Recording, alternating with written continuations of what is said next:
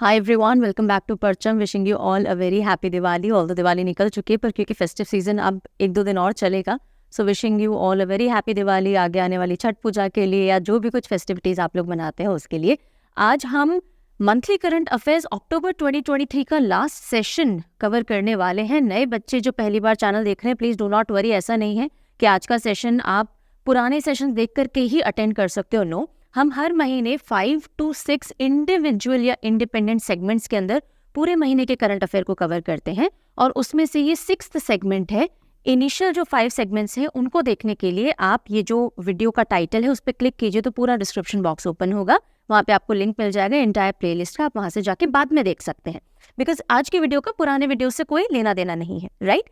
और ये जो 5 to 6 सेगमेंट्स में हम पूरे महीने के करंट अफेयर को कवर करते हैं, ऐसा क्यों करते हैं, क्यों एक सिंगल वीडियो नहीं ले आते? बिकॉज सिर्फ एक सिंगल वीडियो में आप पूरे महीने के करंट अफेयर को कवर कर ही नहीं सकते। अगर आपको ढंग से पढ़ना है, एग्जाम में वाकई में सीरियसली आपको क्वेश्चंस तैयार करने हैं, अटेम्प्ट करने हैं, कट ऑफ क्लियर करनी है, you need to prepare nicely. और इसलिए हम ऑर्गेनाइज वे में आपको करंट अफेयर करवाते हैं। इंपॉर्टेंट डेज एक साथ, बुक्स अपॉइंटमेंट्स, अवार्ड्स एक साथ, उसके बाद नेशनल न्यूज स्कीम्स एटसेट्रा एक साथ करते हैं, स्पोर्ट्स, इंडेक्स और इंटरनेशनल न्यूज आज एक साथ पढ़ने वाले हैं, और यही इस सेगमेंट का मेन थीम रहने वाला है। तो आज जितने भी national international index reports rankings होंगे वो देखेंगे, जो भी स्पोर्ट्स रहे हैं वो पढ़ेंगे, वो भी कैटेगरी वाइज पढ़ेंगे। क्रिकेट की एक साथ पढ़ेंगे, बैडमिंटन की न्यूज़ एक साथ पढ़ेंगे, और फिर इंटरनेशनल न्यूज़ में देखेंगे इंटरनेशनल अपॉइंटमेंट्स अगर कोई हुए हैं, कोई प्राइम मिनिस्टर प्रेसिडेंट चेंज हुए हैं, उसके अलावा इंटरनेशनल रिलेशन से रिलेटेड कुछ है, वर्ल्ड अफेयर से रिलेटेड कुछ है, इंडिया ने किसी कंट्री के साथ MOU साइन किया है, किसी के साथ किसी भी तरह का कोई एक्सचेंज हुआ है, वो सारा डिस्कशन यहाँ होने वाला है, ठीक है।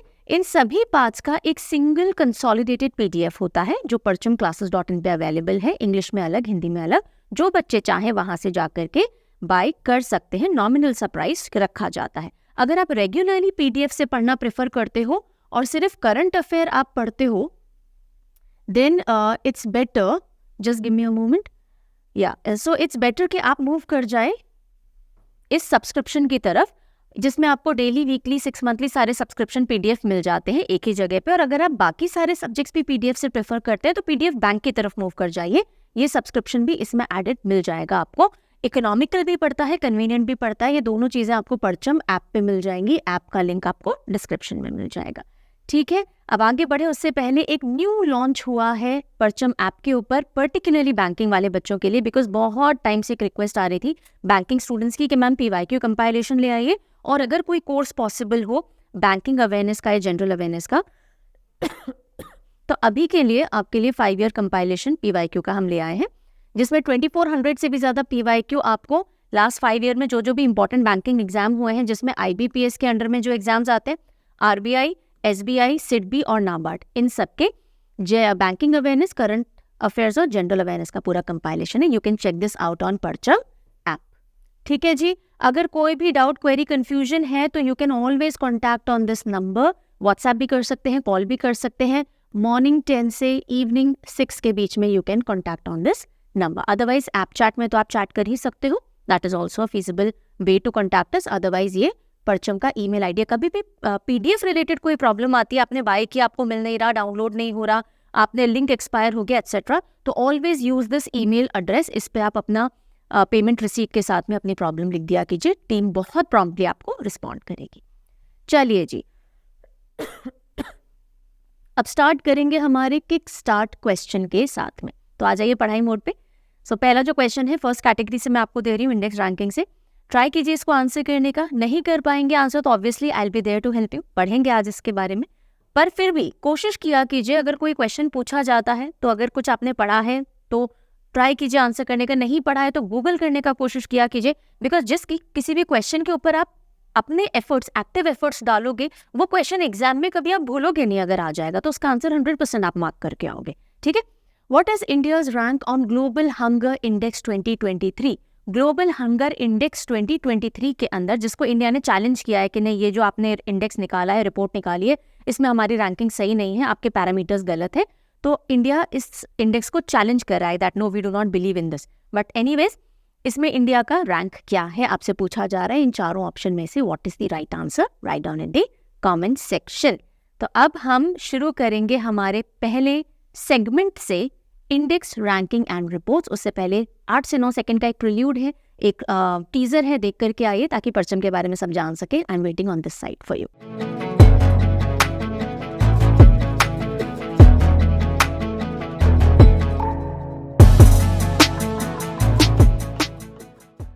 सो वेलकम बैक। देखते हैं सबसे पहले न्यूज़ की तरफ। Delhi emerges as India's most air polluted city. India की सबसे ज़्यादा एयर पोल्यूटेड सिटी के तौर पे कौन सी सिटी सामने आई है? दिल्ली आई है। ऑब्वियसली अब तो जग जाहिर है ना, वर्ल्ड पॉपुलैरिटी पे आ चुकी है चीज़। एनीवेज, ये जो रिपोर्ट है ये रेस्पायरल लिविंग साइंसेस ने रिलीज़ की है और इसके अलावा आइजोल जो है वो सबसे क्लीनेस्ट एयर वाली सिटी के तौर पे घोषित किया गया है। ये जो रिपोर्ट है ये फोकस करती है उन सिटीज़ को जो नेशनल क्लीन एयर प्रोग्राम के तहत उनके ऊपर काम चलना है। तो ये इंडियन कॉन्टेक्स्ट में डोमेस्टिक रिपोर्ट है जिसमें एम रखा गया है कि 40% रिडक्शन किया जाए पार्टिकुलेट मैटर 2.5 का 2026 तक। यानी कुछ एक सिटीज़ थी जिनको आइडेंटिफाई किया गया 2026 तक उनका जो PM 2.5 पार्टिकुलेट मैटर अलग अलग आप समझ लीजिए साइजेस के। तो बहुत छोटे जो पार्टिकुलेट मैटर होते हैं जो सांस में जाते हैं और प्रॉब्लम्स क्रिएट करते हैं, उनका लेवल 40% तक रिड्यूस करना है। उन सिटीज़ को स्टडी किया गया और उनके अंदर सबसे ज़्यादा पोल्यूटेड एयर दिल्ली की देखी गई और सबसे क्लीन एयर आइजोल की, और स्टेट की बात करें तो मिजोरम की देखी गई है। ठीक है, चलिए, तो अगर हम बात करें पार्टिकुलेट मैटर 2.5 की तो 11.1 माइक्रोग्राम पर क्यूबिक मीटर तो आइजोल का रहा, और दिल्ली की बात करें तो 100.1 माइक्रोग्राम पर क्यूबिक मीटर ये पोल्यूशन का लेवल इस पार्टिकुलेट मैटर का देखा गया। Patna second most polluted city देखा गया, उसके बाद Muzaffarpur, Faridabad, Noida. Usually first second third आप ध्यान रख लीजिए, काम चल जाएगा, सारे याद रखने की आपको जरूरत नहीं है। तो सबसे ज्यादा पोल्यूटेड हो गया दिल्ली, उसके बाद हो गया पटना, और लीस्ट पोल्यूटेड के अंदर आइजोल आ जाता है एज पर रेस्पायरल लिविंग साइंसेस। ठीक है जी, चलिए आगे बढ़ते हैं। अगली रिपोर्ट भी एयर क्वालिटी इंडेक्स से रिलेटेड है, लेकिन ये इंटरनेशनल स्टडी की रिपोर्ट आई है। अभी वाली जो थी वो डोमेस्टिक थी। So Mumbai second most polluted major global city as per in terms of air quality. तो IQ एयर एक स्विस टेक्नोलॉजी कंपनी है, IQ एयर, इसकी रिपोर्ट के हिसाब से मुंबई की जो एयर क्वालिटी है वो और ख़राब हुई है, और ग्लोबली अगर सारे मेजर शहरों की बात करें तो मुंबई सेकंड नंबर पे आता है, इतनी ज़्यादा यहाँ पे एयर पोल्यूशन है। टॉप पे कौन आता है? बीजिंग आता है। बीजिंग के अंदर सबसे ज़्यादा एयर पोल्यूशन दर्ज किया गया। सो 109 सिटीज़ या प्लेसेस में से मुंबई सेकंड नंबर पे आया है। यस, दिल्ली इसमें नहीं है एज पर IQ एयर। ठीक है जी। उसके अलावा जो यहाँ पे भी जो कंसर्निंग पॉइंट था वो पार्टिकुलेट मैटर 2.5 था। तो पार्टिकुलेट 2.5 जो है वो मुंबई के अंदर 14.7 टाइम्स हायर देखा गया WHO के रिकमेंडेशंस के हिसाब से, कि भाई जितना WHO ने बोला ये सेफ लिमिट है, उससे 14.7% ज़्यादा पार्टिकुलेट मैटर 2.5 मुंबई के अंदर दर्ज हुआ। टॉप 5 सिटीज़ की बात करें जिनमें सबसे ज़्यादा एयर पोल्यूशन देखा गया या एयर क्वालिटी वर्स थी, तो टॉप पे तो बीजिंग आई गया, सेकंड मुंबई है, फिर कराची, जेरूसलम एंड चंयान। आप टॉप 3 याद रख लीजिए, like I told you, Beijing, Mumbai and Karachi, Pakistan की Karachi. India surpasses Japan and UK in global mobile speed ranking। Ookla एक US बेस्ड कंपनी है जो कि क्या करती है, स्पीड, इंटरनेट स्पीड को दर्ज करती है। तो इंडिया ने पीछे छोड़ दिया है जापान को और UK को, और ग्लोबल मोबाइल स्पीड रैंकिंग में अब कौन से नंबर पे आ गए हैं? 47वें नंबर पे आ गए हैं 145 कंट्रीज में से। 145 कंट्रीज के अंदर स्पीड टेस्ट किया गया मोबाइल का, मतलब इंटरनेट का, और उसमें इंडिया की रैंक क्या रही? 47। कौन सी रही? 47 रही। टॉप 5 कंट्रीज कौन सी देखी गई? UAE, Qatar, Kuwait, Norway, Denmark. और ये जो पूरी लिस्ट थी इसमें हम 2 ऐसी कंट्रीज से आगे हैं जिनको एडवांस्ड माना जाता है हमसे, and that is Japan and UK। उनको हमने पीछे छोड़ दिया, 47 out of 145। Bhiwandi, Kolkata, Arrah among world's 10 cities with slowest traffic. तो अगली एक रिपोर्ट सामने आती है, और ये जो रिपोर्ट है ये basically US based national bureau of economic research करके एक NGO है, नॉन गवर्नमेंट ऑर्गेनाइजेशन है, उन्होंने निकाली, जिसके अंदर उन्होंने 152 कंट्रीज में 1200 सिटीज़ की स्टडी की है। आपको ये सारे डेटा याद रखने की ज़रूरत नहीं है कि अच्छा 1200 सिटीज़ में स्टडी की गई है और ये नहीं। नॉर्मली जैसे अभी हमने पिछले रैंकिंग के अंदर देखा 47th रैंक आया आउट ऑफ 145 कंट्रीज, ये याद रखिए। पर थोड़ा जो otherwise not so important data है उसको सिर्फ अंडरस्टैंडिंग पर्पज से ही दिमाग में डालिएगा। तो जब हमने 152 कंट्रीज में से 1200 सिटीज़ की स्टडी की, और उसमें हम अगर टॉप 10 सिटीज़ की बात करें जहाँ जो ट्रैफिक है सबसे धीरे धीरे धीरे धीरे धीरे आगे बढ़ता है, तो उन टॉप 10 सिटीज़ में से 3 इंडिया की सिटीज़ दर्ज हुई हैं। उसमें भी भिवंडी इंडिया में से सबसे स्लोएस्ट आया है। भिवंडी कहाँ है? महाराष्ट्र के अंदर है। फिर कोलकाता आप जानते हो वेस्ट बंगाल, और आरा है बिहार के अंदर। यहाँ पे स्लोएस्ट ट्रैफिक, स्पीड इंडेक्स के हिसाब से जो ट्रैफिक है ये बहुत धीरे धीरे धीरे आगे मूव करता है। सो हाईएस्ट जो देखा गया ट्रैवल स्पीड वो फ्लिंट यूएस के अंदर देखी गई, और सबसे धीरा ट्रैफिक कहाँ? बांग्लादेश के ढाका के अंदर देखा गया। और कंजेस्टेड, मोस्ट कंजेस्टेड, सबसे जहाँ पे बिल्कुल जैम वाली सिचुएशन आ जाती है तो वो बोगोटा कोलंबिया के अंदर देखा गया। अलग अलग पैरामीटर्स पे एक्चुअली स्टडी की गई, स्पीड के हिसाब से, कंजेशन के हिसाब से, तो वो रैंकिंग है। भिवंडी 5th आया है, कोलकाता 6th और आरा 7th आया। टॉप 20 में और भी सिटीज है लेकिन नॉट दैट इम्पोर्टेंट। ये आ गया जी आपसे जो क्वेश्चन मैंने पूछा था। India rejects global hunger index 2023, calls it a flawed measure. Global hunger index के अंदर इंडिया की जो रैंकिंग सामने लाई गई है उसको लेकर के इंडिया ने आपत्ति जताई है और बोला है कि नहीं, we do not accept this. ये जो आपका इंडेक्स है ये फ्लॉड है, इसमें जो पैरामीटर्स आपने रखे हैं, जो कैटेगरीज आपने रखे हैं, जिसके बेसिस पे आप हंगर को ट्रेस कर रहे हो वो गलत है। 4 पैरामीटर्स रखे हैं, 3 तो बच्चों से डील करते हुए हैं, तो सिर्फ बच्चों के बेसिस पे आप पूरी पॉपुलेशन को जनरलाइज नहीं कर सकते हैं। एनीवेज इंडिया की क्या रैंक रही? 111th रैंक रही। India ranks 111th on global hunger index 2023। पिछले साल भी जब हंगर इंडेक्स आया था 2022 में, तब भी इंडिया ने आपत्ति जताई थी कि नो, आप जिस बेसिस पर रिपोर्ट ला रहे हो वो पैरामीटर्स फ्लॉड है। इस बार भी यही हुआ है। हमारी जो रैंक है 125 कंट्रीज में से आई है, 125 कंट्रीज में से 111 रैंक हमारी आई है। इनफैक्ट हमारी रैंक पाकिस्तान से पीछे है, बांग्लादेश से पीछे है, नेबरिंग सारी कंट्रीज से हम पीछे ही है। पाकिस्तान भी 102nd नंबर पे डाला गया है, बांग्लादेश को 81, नेपाल 69, श्रीलंका 68, हमारा रैंक इतना पीछे। ओके, और इसीलिए जो मिनिस्ट्री है उसने आपत्ति जताई है। सो ये जो ग्लोबल हंगर इंडेक्स होता है, आप देखो क्योंकि इतना कंट्रोवर्शियल हो जाता है, इंडिया इसको रिजेक्ट कर रहा है, तो इंपॉर्टेंट हो जाएगा ये पॉइंट कि इसको रिलीज कौन करता है। ध्यान दीजिएगा, एग्जाम के अंदर सिर्फ रैंक नहीं पूछी जाएगी, इंडिया की क्या रैंक रही, टॉप कौन आया, बॉटम कौन आया, रिलीज कौन करता है इसको, this is also very important. So it is release by concern world wide and wealth hunger health, जो कि एनजीओज हैं आयरलैंड और जर्मनी के। ये जो कंसर्न वर्ल्ड वाइड है ये आयरलैंड का है, वेल्थ हंगर हेल्थ जो है जर्मनी का है। ये मिलकर के इस रिपोर्ट को या इंडेक्स को रिलीज करते हैं। ठीक है, 2022 में इंडिया का रैंक 107 था 121 में से, अब 125 में से 111 है। सो ये दिखाता है कि इंडिया में सीरियस हंगर का भी सीरियस लेवल है, बहुत सीवियर लेवल पे हम हैं ना। इंडिया इसी के साथ साथ हाईएस्ट चाइल्ड वेस्टिंग रेट भी दर्ज करी है। इस इंडेक्स के हिसाब से इंडिया ने हाईएस्ट चाइल्ड वेस्टिंग, यानी बच्चे की हाइट के हिसाब से उसका वेट कितना होना चाहिए, तो बच्चे का वेट उतना है ही नहीं, right. So wasting is measured based on children's weight relative to their height. Okay, और 18.7% पे चाइल्ड वेस्टिंग दर्ज हुई है यहाँ पे। तो women and child development ministry जो है उन्होंने सिरे से खारिज कर दिया है कि मेथोडोलॉजिकल इश्यूज हैं भाई आपके साथ, और मैलिफाइड इंटेंट के साथ में ये किया गया है इंडिया को कहीं ना कहीं ग्लोबली नीचे दिखाने के लिए। जो 4 इंडिकेटर्स आप यूज करते हो इस इंडेक्स को निकालने के लिए, उसमें से 3 सिर्फ चिल्ड्रन की हेल्थ पे बेस्ड है, और इससे आप पूरी एंटायर पॉपुलेशन को जज कर ही नहीं सकते हो। अगर हम बात करें टॉप 5 कौन सी कंट्रीज हैं जिनमें की हंगर सबसे कम है, top 5, so Belarus, Bosnia, Chile, China and Croatia. और अगर हम बॉटम कंट्रीज की बात करें जब बहुत सिवियर हंगर है, तो Chad, Niger, Lesotho, Congo, Yemen, Madagascar, central African Republic, mostly आपको अफ्रीकन कंट्रीज देखने को मिलेगी।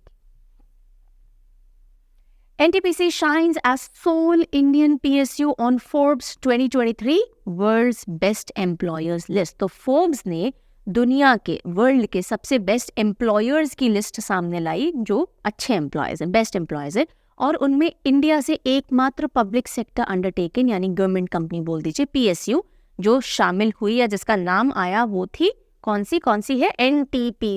NTPC।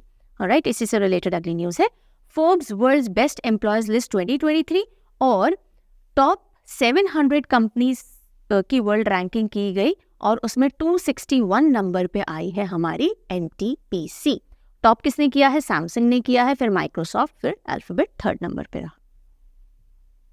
नाइट फ्रैंक इंडेक्स क्या बताता है कि जो हाउसिंग है, हाउसिंग के रेट्स कितने उछाल मारे हैं, यानी कि जो प्रॉपर्टी है जो आम लोग खरीदते हैं, घर वगैरह जो होते हैं, तो उस प्रॉपर्टी की इन्फ्लेशन कितनी ज़्यादा हुई है, और उस इंडेक्स के अंदर मुंबई, बेंगलुरु और न्यू दिल्ली शामिल हुए हैं among the top cities from India. तो यहाँ पे जो प्राइसेस हैं प्रॉपर्टी के, वो हाउसिंग प्रॉपर्टी के, वो सबसे ज़्यादा बड़े हैं, इन्फ्लेट हुए हैं। Mumbai secures 19th spot, Bengaluru 22 and Delhi 25th in Knight Frank index. और ये इंडेक्स बताता है हाउसिंग प्राइस अप्रिसिएशन। जो घर पिछले साल आप इतने में ले सकते थे, अब आप कितने में ले पाओगे, यानी कितना इन्फ्लेशन हुआ है, उसके बेसिस पे मुंबई, बेंगलुरु और दिल्ली ने काफ़ी अच्छी रैंकिंग, यानी ऊंची रैंकिंग, यानी यहाँ पे प्राइसेस बहुत बड़े हैं प्रॉपर्टी के। सो inflation in housing prices across several cities in the world, global level पे ये स्टडी हुई है, global residential cities index Q2 2023, और उसमें मुंबई, बेंगलुरु, न्यू दिल्ली ने अपनी जगह ऊपर बनाई है। चेन्नई, कोलकाता भी है पर कंपैरेटिवली नीचे है। टॉप की बात करें जहां इन्फ्लेशन सबसे ज़्यादा दर्ज हुआ है, तो टर्की के अंकारा, कैपिटल अंकारा में इन्फ्लेशन सबसे ज़्यादा आया है, और स्टॉकहोम में जो है वो गिरावट दर्ज की गई है प्रॉपर्टी के रेट्स के अंदर, रेजिडेंशियल प्रॉपर्टीज में, हाउसिंग इन्फ्लेशन में, तो वो स्टॉकहोम है। Female labour force participation rate jumps to 37%। Domestic study है अगेन, कि हमारा एक periodic labour force survey report 22-23 release किया गया, जो कि ministry of statistics and programme release करता है। उसके हिसाब से 4.2 परसेंटेज पॉइंट्स का उछाल देखा गया, जिसकी वजह से अब आप फाइनल जो देखोगे 22-23 के अंदर पूरे लेबर फोर्स में फीमेल का कंट्रीब्यूशन, यानी फीमेल पैरामीटर कितने हैं या फैक्टर कितने हैं, तो 37% फीमेल पार्टिसिपेट कर रही हैं इन लेबर फोर्स। और अगर आप 17-18 से कंपेयर करोगे 23.3 से बढ़ करके ये 37 पे आ गया है। इसके अंदर 15 ईयर्स एंड अबव वाली फीमेल्स को ही काउंट किया जा रहा है। किया, most punctual airport in the world. What is this किया? सबसे ज्यादा पंक्चुअल एयरपोर्ट, यानी यहाँ से जो टेक ऑफ्स होते हैं वो जो टाइम है उसी पे होते हैं, डिलेज वगैरह कुछ भी नहीं होते। किया इज कैंपेगौड़ा या बेंगलुरु इंटरनेशनल एयरपोर्ट जो हम बोलते हैं, ठीक है। So Kempegowda international airport KIA tops global on time performance ranking. Global on time performance ranking पर टॉप किया है किया ने। ये लगातार 3 महीने की, यानी एक क्वार्टर की स्टडी के बेसिस पे है। So Bengaluru international airport recognise on for its on time departure, और ये किसने रैंकिंग रिलीज की है? सीरियम, जो कि एविएशन एनालिटिक्स के अंदर है। वर्ल्ड्स मोस्ट पंक्चुअल एयरपोर्ट लगातार 3 महीने, फास्ट 3 months कंसेक्यूटिवली। और इसी के अंदर हैदराबाद का राजीव गांधी इंटरनेशनल एयरपोर्ट है, वो भी टॉप 5 में अपनी जगह उसने बनाई है, यानी यहाँ पे भी काफी पंक्चुअलिटी से फ्लाइट्स टेक ऑफ करती हैं। India rank on global pension index falls. Global pension index, हमारा जो पेंशन सिस्टम है, जिस तरह से मनी दिया जाता है, जिस तरह से पूरा सिस्टम बना हुआ है, उसके अंदर अगर हम ग्लोबल रैंकिंग इंडिया की देखें तो इंडिया की रैंक 45 आउट ऑफ 47 कंट्रीज। अगर हम 2020 की बात करें, 44 कंट्रीज में से हमारा 41 पोजीशन आया था, और इस साल की हम बात करें तो 47 कंट्रीज में से स्टडी की गई और हमारा रैंक 45 रहा। सो 15th एडिशन हुआ। ये इंडेक्स कौन रिलीज करता है पेंशन से related? Mercer CFA institute global pension index है, MCGPI, और इसने वर्ल्ड रैंकिंग रिलीज की है रिटायरमेंट इनकम सिस्टम की, कि भाई रिटायरमेंट की जो इनकम का पूरा सिस्टम बना हुआ होता है, किसको कितना मिलेगा, कैसे मिलेगा, कब तक मिलेगा, उन सबके बेसिस पे 15th एडिशन था। हमारी रैंकिंग 45 रही आउट ऑफ 47 कंट्रीज। टॉप किसने किया? सबसे अच्छा सिस्टम किसका देखा गया? नेदरलैंड्स का देखा गया, नेदरलैंड्स, ओके। और सबसे लोएस्ट देखा गया Argentina. Sex ratio at birth, sex ratio at birth improved from 904 in 2017-19 to 907 in 18-20। तो अभी हाल ही के अंदर डिस्कशन हुआ जिसमें मनसुख मंडाविया जी ने बताया कि भाई 3 point इम्प्रूवमेंट दर्ज किया गया, which is an achievement, okay. So sex ratio at birth जो कि 17-19 के अंदर 904 था, अब वो 3 point इम्प्रूव होकर 907 हो गया as per the data of 18 and 20। तो ये एक सिंगल लाइनर न्यूज है, पर ये भी आप ध्यान रखेंगे। इन terms of fintech unicorns, fintech क्या होता है? फाइनेंशियल टेक्नोलॉजी के अंदर। और यूनिकॉर्न कौन से होते हैं? वो कंपनी जिनकी जो नेटवर्थ है वो $1 billion से ऊपर हो जाएगी, उसको यूनिकॉर्न कहेंगे, टच हो जाएगी। So in terms of fintech unicorn, US leads the world. सबसे ज्यादा फिनटेक यूनिकॉर्न कहाँ पर है? US के अंदर है। और इंडिया कौन से नंबर पे आ गया है? 3rd नंबर पे इंडिया है। So we are the third leading nation in the world in terms of fintech unicorns. So 17 businesses के साथ में फाइनेंशियल टेक्नोलॉजी यूनिकॉर्न्स में इंडिया थर्ड रैंक पे आया है. टॉप पे है यूएस और सेकंड नंबर पे है यूके. अब अगर आप यहाँ से देखेंगे तो यूनाइटेड स्टेट्स में 134 फिनटेक यूनिकॉर्न्स है, यूके में 27, इंडिया में 17. देन चाइना और फ्रांस और इन सब का नंबर आता है. US of course still is a leader with a very huge margin, but India has reached the third number. That is an achievement. ठीक है जी. तो ये थे अक्टूबर मंथ के जितने भी इंपॉर्टेंट रैंकिंग इंडेक्स और रिपोर्ट्स थे, डोमेस्टिक और इंटरनेशनल दोनों. अब हम बढ़ेंगे हमारी सेकंड कैटेगरी ऑफ न्यूज़ की तरफ, which is sports. Before that, let me tell you briefly about SSC General Awareness Course for the year 2024-2025. जो भी बच्चे टारगेट कर रहे हैं अगले साल SSC देने का, वो कोई भी एग्जाम हो जो SSC के अंडर में आता हो, right from CGL, CHSL, CPO, JE, steno, what else, MTS, constable, Delhi police etcetera, whatever. तो उन सब के लिए आपका पूरी जनरल अवेयरनेस की नीड एक जगह फुलफिल हो सकती है. That is general awareness course by Parcham, जो कि आपको परचम ऐप पे मिल जाएगा. इसके अंदर आपके सारे जीए के topics, history, geography, polity, economy, science, static, के सब कवर होते हैं. अगर आपको इंडिविजुअल सब्जेक्ट्स चाहिए तो भी मिल जाएंगे, और पूरा कॉम्पोजिट चाहिए तो भी मिल जाएगा. इसके अंदर ना सिर्फ आपको रिकॉर्डेड लेक्चर्स पीडीएफ्स मिलेंगे, but live recorded live problem solving sessions मिल जाएंगे, पीवाईक्यू डिस्कशंस मिल जाएंगे, मॉक पेपर्स मिल जाएंगे. इसका पूरा एक स्ट्रक्चर यानी क्या क्या कंटेंट इसमें आपको मिलेगा वो अवेलेबल है. आप कोई भी जाकर के एक्सेस कर सकता है परचम ऐप पे. इंट्रोडक्टरी वीडियो आप देखिएगा, हर एक सब्जेक्ट का एक एक फ्री लेक्चर आपके लिए डाला हुआ है, वो देखिए. अगर आप पूरी तरह से सेटिस्फाइड हैं तो you can always go and buy this course from Parcham app. I am very much positive कि इसके बाद आपको कहीं से कुछ भी पढ़ने की जरूरत नहीं. फिर भी अगर आपको डाउट, क्वेरी, कंसर्न कुछ रहते हैं तो आपको मैंने कॉन्टैक्ट नंबर दे रखा है, वहाँ पे आप कॉन्टैक्ट कर सकते हो. ठीक है. अगर अभी आप बाय करते हैं तो रिचा 15 कोड लगा लीजिएगा. बहुत हैवी फेस्टिव डिस्काउंट सेल थी पर अब वो ओवर हो चुकी है. तो अब रिचा 15 लगाने से 15% इस बड़े वाले कोर्स के ऊपर आपको ऑफ मिल जाएगा. इसके अलावा भी अगर कुछ कूपन वगैरह की जानकारी चाहिए तो कॉन्टैक्ट नंबर पे आप कॉन्टैक्ट कर सकते हो. ठीक है जी. चलिए, सो स्पोर्ट्स में आगे बढ़े उससे पहले आपके लिए क्वेश्चन है, जल्दी से आंसर कीजिए. वही है सेम थियरी कि अगर आता है तो लिखिए, नहीं आता सर्च कीजिए. फिर भी कुछ नहीं करना है, मेहनत ही नहीं करनी है, तो मैं आपको बताने वाली हूँ. तो क्वेश्चन है स्पोर्ट्स सेक्शन के लिए आपका, India won how many medals in Asian games 2022 held in 2023 at Hangzhou, China. Hangzhou China के अंदर एशियन गेम्स 2023 हुए. वैसे वो 2022 में होने थे, बिकॉज हर 4 साल में होते हैं. उससे पहले 2018 में हुए थे. 2022 में ना हो करके वो 2023 में हुए. उसके अंदर इंडिया ने टोटल कितने मेडल्स जीते हैं, और अभी तक का हाईएस्ट मेडल काउंट इंडिया का रहा है एशियन गेम्स के अंदर जो इस साल हुए थे. बताइए इन चारों में से कौन सा राइट आंसर होना है. चलिए, हम शुरुआत करेंगे क्रिकेट से. Champions of Irani cup, rest of India. Irani cup, India के अंदर डोमेस्टिक क्रिकेट सीजन की शुरुआत ईरानी कप से होती है, और उसके अंदर जो भी रणजी ट्रॉफी की विनिंग टीम होती है उसकी रेस्ट ऑफ इंडिया टीम से, रेस्ट ऑफ इंडिया एक टीम है, उसके साथ इस ईरानी कप के अंदर कॉम्पिटिशन होता है. जो भी जीतता है आपके सामने आ जाता है. तो इस बार कौन जीता है? रेस्ट ऑफ इंडिया टीम जीती है. 2023 का ईरानी कप 175 रन से किसने जीता? रेस्ट ऑफ इंडिया ने जीता. किसको हराया? जो रणजी ट्रॉफी जीत करके आए होंगे उन्हीं को हराया. कौन जीत करके आया? सौराष्ट्र जीत करके आया. सौराष्ट्र टीम को हराया है रेस्ट ऑफ इंडिया ने. ठीक है. और ये रेस्ट ऑफ इंडिया की 31st ईरानी कप टाइटल रही इस बार.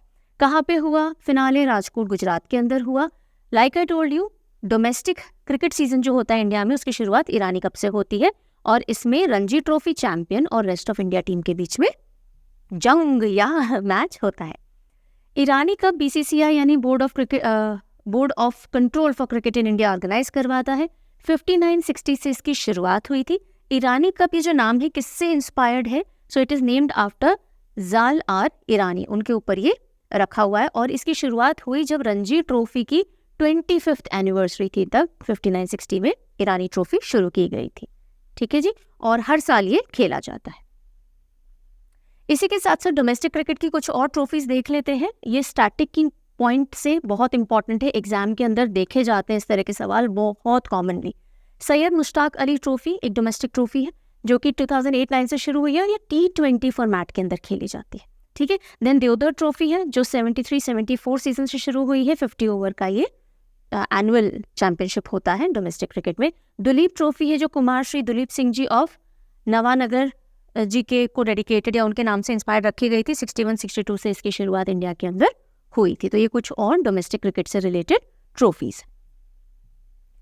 सैयद मुश्ताक अली ट्रॉफी 2023 अभी हमने देखा ही था, तो सैयद मुश्ताक अली ट्रॉफी भी अब हो गई है। जब ये न्यूज़ कंपाइल हो रही थी तब कंप्लीट नहीं हुई थी, बिकॉज ये शेड्यूल थी 16 अक्टूबर से 6 नवंबर।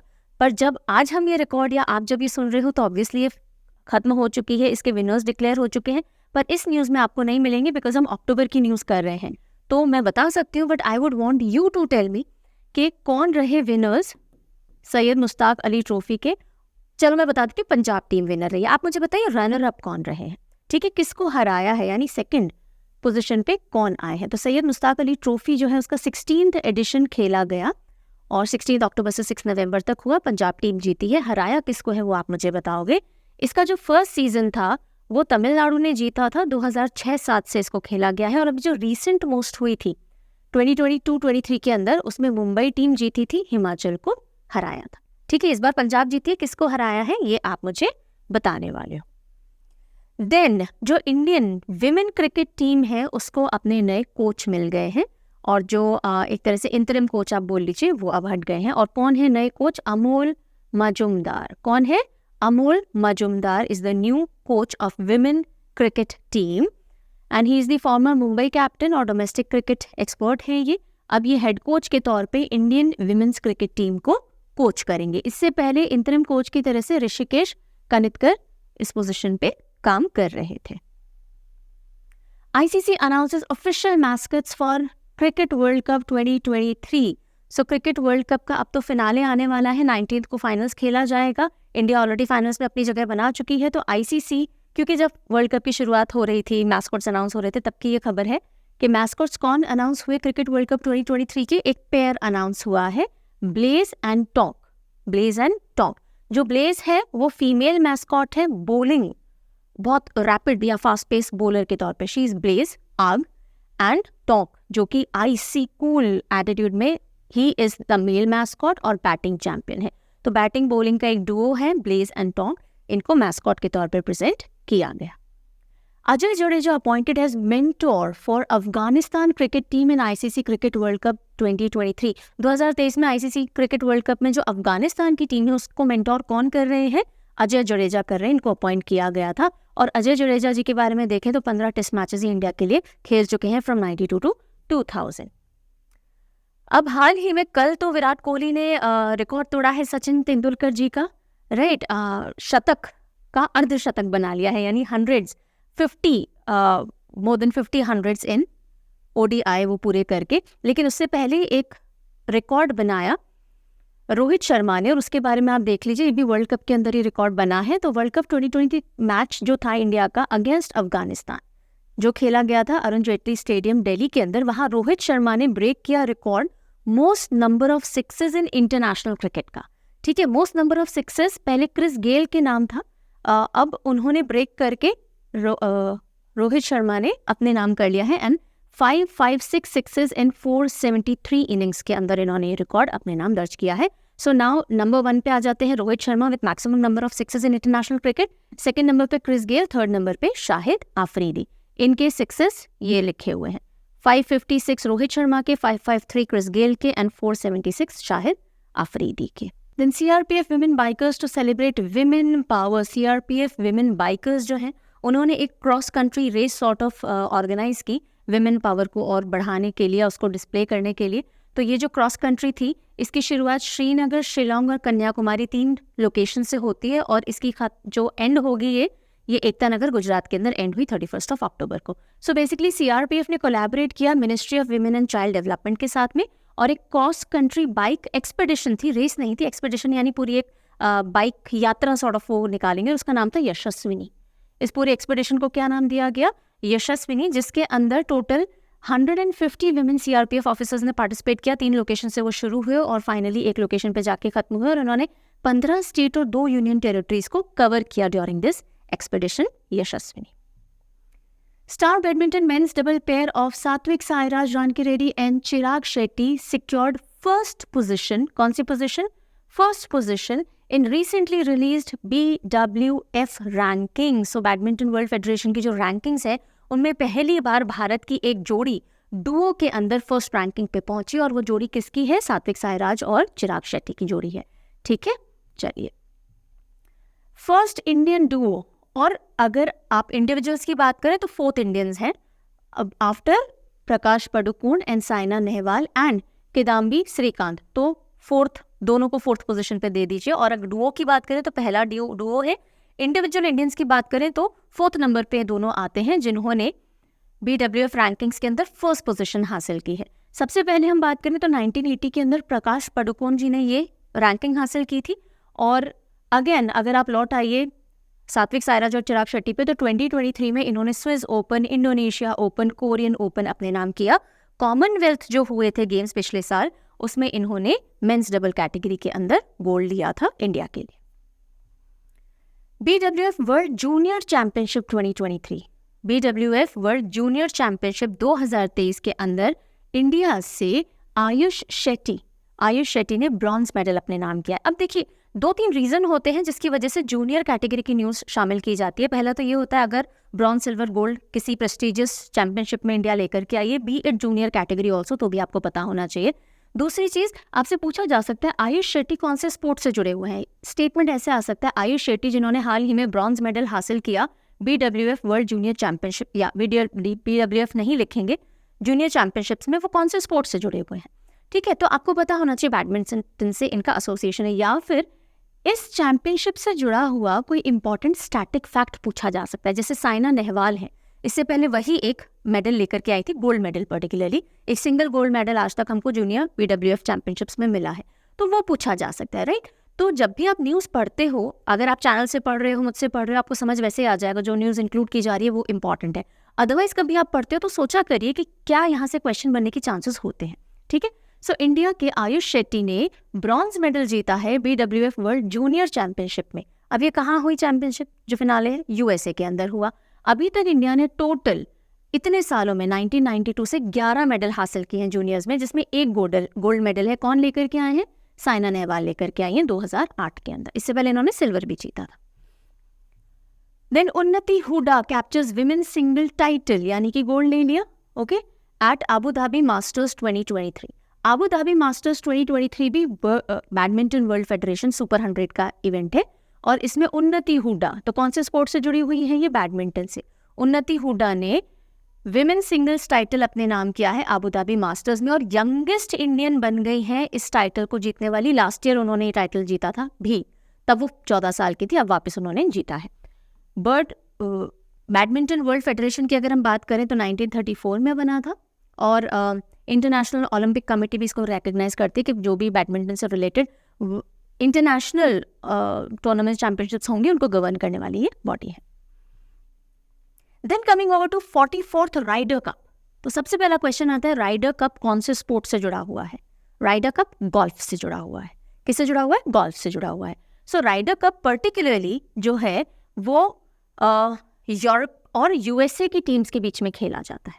पहले तो ये समझिए, Ryder cup biennial men's golf competition है। बाइनियल यानी 2 साल में एक बार होगा मेंस गोल्फ कॉम्पिटिशन है, और पर्टिकुलरली 2 कंट्रीज की टीम्स ही खेलेंगी, यूरोप की और USA की टीम्स खेलेंगे। 1927 से इसकी शुरुआत की गई थी। अब इस बार जो यूरोपियन मेंस गोल्फ टीम है उसने अमेरिकन टीम को हरा दिया। कहाँ खेला गया? ये रोम, इटली के अंदर खेला गया। This is not that important, but कोई बात नहीं, रख लीजिए दिमाग में थोड़ा सा। 2025 का जो राइडर कप होगा अब 2023 में हो गया, अगला जो होगा वो न्यूयॉर्क USA के अंदर खेला जाएगा। ठीक है, so 44th edition of Ryder cup किसने जीता? यूरोप ने जीता। होता क्या है राइडर कप? यूरोप और USA की टीम्स के बीच में गोल्फ टूर्नामेंट होता है, बाइनियल खेला जाता है। Kenyan Kiptum breaks marathon world record. Kenya के किप्टम जो है इन्होंने मैराथन का वर्ल्ड रिकॉर्ड ब्रेक कर दिया है, और इनकी टाइमिंग क्या रही? 2 घंटे 35 सेकेंड्स की इनकी टाइमिंग रही, और इन्होंने मैराथन वर्ल्ड रिकॉर्ड अपने नाम कर लिया। कीनिया से बहुत वर्ल्ड रिकॉर्ड मैराथन रनर्स निकल के आते हैं। Then Sultan of Johor cup again, जब ये न्यूज़ कंपाइल हो रही थी तब ये जो कप था इसकी शुरुआत हुई थी। अब ये वाइंड अप हो चुका है, अब इसके विनर सामने आ चुके हैं। अगेन विनर आप बताएंगे, विनर आप बताइए। मैं बता देती हूँ, इंडियन टीम ने ब्रॉन्ज मेडल अपने नाम किया है। ठीक है, चलिए सो हॉकी इंडिया ने 20 member Indian junior men's team को भेजा। जौहर कप अच्छा कौन से स्पोर्ट से जुड़ा हुआ है? वेरी इंपॉर्टेंट क्वेश्चन, क्या लग रहा है ये? हाँ जी, हॉकी से जुड़ा हुआ है। तो Johor cup is related to hockey. देखो जौहर में ये जे आता है ना, हॉकी जैसा ही है ये। सो ये मलेशिया के अंदर, ये देखिए सुल्तान और Johor cup annual international under 21 men's field hockey tournament है, जो कि कहाँ होता है? मलेशिया में होता है। हर साल मलेशिया में ही होता है और इस बार ये 27 अक्टूबर से 4 नवंबर हुआ। डेट याद नहीं रखनी है। उत्तम सिंह कैप्टन रहे इंडिया के, इन्होंने लीड किया है। Like I told you, India bronze medal लेकर के आया। टॉप किसने किया है, कौन गोल्ड लेकर के गया, ये आप मुझे बताएंगे।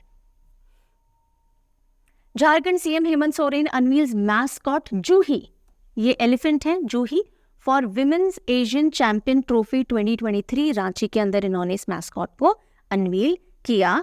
और जो विमेन एशियन ट्रॉफी रांची 2023 है वो शेड्यूल्ड थी 27 अक्टूबर से 5 नवंबर के बीच में। इंडियाज रौनक साधवानी कौन से स्पोर्ट्स से जुड़े हुए हैं? रौनक साधवानी चेस से जुड़े हुए हैं। Wins FIDE world junior rapid chess championship 2023। So FIDE is international chess federation basically. उसकी world junior rapid chess championship 2023 किसने जीती है? रौनक साधवानी ने जीती है। और कौन से इवेंट के अंदर? रैपिड सीरीज के अंदर जीती है। इसमें रैपिड भी होता है और ब्लिट्स भी होता है ना। जो वर्ल्ड चैंपियनशिप होती है वर्ल्ड रैपिड होती है, वर्ल्ड ब्लिट्स होती है। सो इन्होंने रैपिड चैंपियनशिप के अंदर जीता है। और ये कहाँ से हेल करते हैं? He belongs to Maharashtra. ठीक है। 1988 में विश्वनाथन आनंद पहले चेस ग्रैंड मास्टर इंडिया से निकले थे। और एक और चेस ग्रैंड मास्टर हैं जिनका नाम बहुत पॉपुलर चला फिर, मैग्नस कार्लसन। क्यों? क्योंकि इन्होंने रिकॉर्ड बनाया था। दोनों world rapid and world blitz chess championship इन्होंने अपने नाम की थी अल्मेटी के अंदर। Okay. Now Ritika became first under 23 women world wrestling champion. Women world wrestling champion under 23 category के अंदर कौन बनी? रितिका। तो रितिका हुडा अंडर 76 kg में अंडर 23 एज कैटेगरी में वर्ल्ड रेसलिंग चैंपियन बनके इंडिया वापस लौटी। और she is the second Indian to win gold medal at under 23 wrestling world championship. तो देखो दूसरी इंडियन हैं जो इस कैटेगरी के अंदर गोल्ड लेकर के आई हैं, इसलिए इंपॉर्टेंट हो जाता है। इनके पहले कौन लेकर के आए? Aman Sehrawat first Indian wrestler to win gold medal at under 23 world wrestling championship. और दूसरी बन जाती है रितिका हुडा। देन हुमायरा मुश्ताक, जम्मू एंड कश्मीर की हुमायरा मुश्ताक अकेली इंडियन फीमेल ड्राइवर जो कि रेस करेंगी ब्रिटिश एंड्योरेंस चैंपियनशिप के अंदर, इनको सर्टिफिकेट मिला। So Humaira first female Indian car racer in British endurance championship, और ये जम्मू कश्मीर को बिलोंग करती हैं। ये जो ब्रिटिश एंड्योरेंस चैंपियनशिप है लंदन का प्रेस्टिजियस कार रेसिंग चैंपियनशिप होता है। लियोनेल मेसी विंस 8th बैलन डोर 2023। फुटबॉल के क्षेत्र का बहुत प्रेस्टिजियस अवार्ड माना जाता है बैलन डोर, जिसको फ्रांस फुटबॉल मैगजीन देती है। Best footballers in the world को ये दिया जाता है। तो लियोनेल मेसी को 8वीं बार इस खिताब से नवाजा गया है। और फीमेल के अंदर आयताना बोमाती हैं जिनको बैलन डोर पहली बार मिला है। Aitana Bonmati her first Ballon d'Or feminine, female को जो मिलता है उसके आगे फेमिनिन लगता है। और इसके अलावा टीम्स की अगर हम बात करें तो मैनचेस्टर सिटी और FC बार्सिलोना फेमिनी, इनको भी क्लब्स हैं, male club and women club, इनको ये अवार्ड मिला है।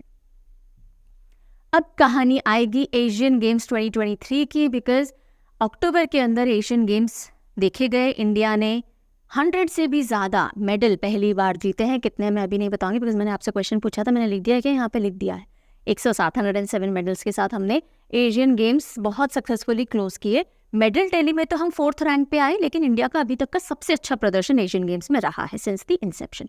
ठीक है, तो अगला अब जो भी कुछ है उसमें हम एशियन गेम्स और पैरा एशियन गेम्स की बात करेंगे। ठीक है, अच्छा एशियन गेम्स के ऊपर एक वीडियो एक्सक्लूसिवली लिया गया था, जानवी मैम ने लिया था, पर आप लोगों का काफ़ी रिक्वेस्ट आ रहा है कि मैम ट्राई कीजिए आप ले लें ताकि निमोनिक्स से याद करवा सके। तो do let me know in the comment section if you would want that. आज मैं निमोनिक्स नहीं लगवाऊंगी, आज हम एक ओवरव्यू लेंगे बिकॉज करंट अफेयर्स है।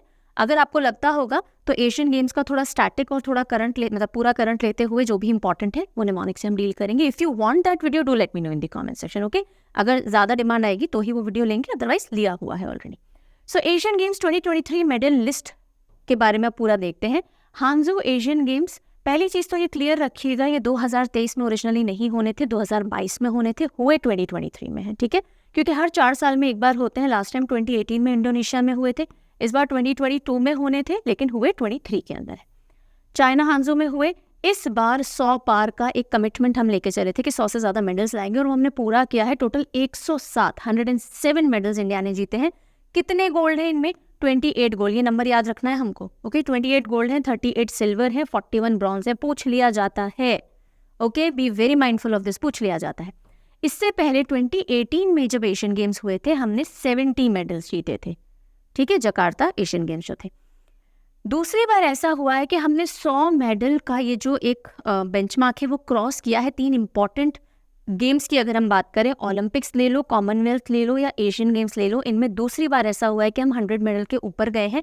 इससे पहले जो कॉमनवेल्थ गेम्स हुए थे 2010 के, उसमें हमने 101 मेडल्स जीते थे। उसके बाद अब एशियन गेम्स में 107 मेडल हम लेकर के आए हैं, ठीक है। So first time in history 100+ medals Asian games में। और कितने, ये देखो, इससे पहले हमारा जो बेस्ट रहा था वो 70 मेडल का 28 में रहा था, ठीक है जी। चलिए, अब एथलेटिक्स जो है, इस बार एथलेटिक्स ने बहुत अच्छा प्रदर्शन किया और एथलेटिक्स ने हमको मैक्सिमम 29 मेडल्स अकेले दिलाए हैं। इंडिया 4th प्लेस पे रहा। स्कोर बोर्ड की अगर हम बात करें, टॉप किसने किया? चाइना ने किया। टॉप चाइना ने किया 383 मेडल्स के साथ। सेकंड जापान रहा, अगेन इंपॉर्टेंट है, ओके, 188 मेडल्स। और थर्ड कोरिया रहा 190 मेडल्स। और फोर्थ रहा इंडिया विद 107 मेडल्स। तो गैप काफ़ी है, लेकिन हमारा बेस्ट था अभी तक। अब हम देखेंगे कहाँ कहाँ पे हमने गोल्ड लिया। अच्छा, सारे जो कैटेगरीज हैं, अगर आप देखोगे 107 मेडल्स में से, like I told you, 28 gold हैं। तो सारे 28 गोल्ड याद रख पाए तो बहुत अच्छी बात है, नहीं तो जो मोस्ट प्रोमिनेंट है वो तो हमको ध्यान रखने ही है। तो इंडियन विमेन कबड्डी टीम ने एक तो गोल्ड जीता, किसको हराया? चाइना के तैपी को हराया। मेंस क्रिकेट टीम ने गोल्ड जीता, अफगानिस्तान को हराया। अब मेंस हॉकी टीम जो है उसने भी गोल्ड जीता है, लेकिन जो विमेन टीम है उसने ब्रॉन्ज जीता था। बैडमिंटन की बात करें तो चिराग शेट्टी और सात्विक साईराज रानकीरेड्डी ने इन्होंने गोल्ड लिया है डुअल मेंस डबल्स के अंदर। ओवरऑल हमने आई थिंक सिल्वर हासिल किया था, ठीक है। रेसलिंग की बात करें तो सिल्वर आया है दीपक पुनिया के थ्रू। चेस की हम बात करें तो सिल्वर आया है, ये हमारा वापस से देख लीजिए और ये आपको बिल्कुल ध्यान रखना है। 107 मेडल्स में से 28 गोल्ड है, 38 सिल्वर है, 41 ब्रॉन्ज है। अविनाश साबले, वेरी इंपॉर्टेंट, क्योंकि स्टीपल चेस के अंदर 3000 मीटर के अंदर हम गोल्ड लेकर के आए हैं अविनाश साबले की वजह से। देन अनु रानी, जैवलिन थ्रो में एशियन गेम्स में हमारा पहला गोल्ड कौन लेकर के आई? अनु रानी लेकर के आई। First gold medal for India in women's javelin throw, okay, women javelin throw के अंदर अनु रानी लेकर के आई है। शॉटपुट में भी हमारा पहला गोल्ड तजिंदर पाल सिंह टूर लेकर के आए हैं। और यस, हमारी जो बैडमिंटन टीम है उसने सिल्वर लिया है। बैडमिंटन डुओ के अंदर हम गोल्ड लेकर के आए हैं, ठीक है। इंडियन टीम ने gold medal men's squash team event में भी हासिल किया है, पाकिस्तान को हराया। स्क्वॉश आप जानते होंगे, दीवार से बॉल टेनिस की तरह मारी जाती है। देन सिल्वर मेडल हमारा लॉन्ग जंप इवेंट में रहा है। सिल्वर पे बहुत ज़्यादा हम फोकस नहीं कर रहे, गोल्ड एटलीस्ट आप ध्यान रखिए। जब इतने सारे मेडल्स होते हैं ना, सिल्वर पूछे जाने के चांसेस बिल्कुल ना के बराबर हो जाते हैं। गोल्ड से आपको डेफिनेटली क्वेश्चन आ सकता है, कौन सी कैटेगरी में गोल्ड आया, किसने जीता, टोटल कितने गोल्ड, कितने सिल्वर, कितने ब्रॉन्ज हैं, टोटल कितने मेडल हैं, और बाकी बातें, कौन फ्लैग बेयरर थे, कौन टॉर्च बेयरर थे, कहाँ हुआ, एट्सेट्रा एट्सेट्रा, ठीक है।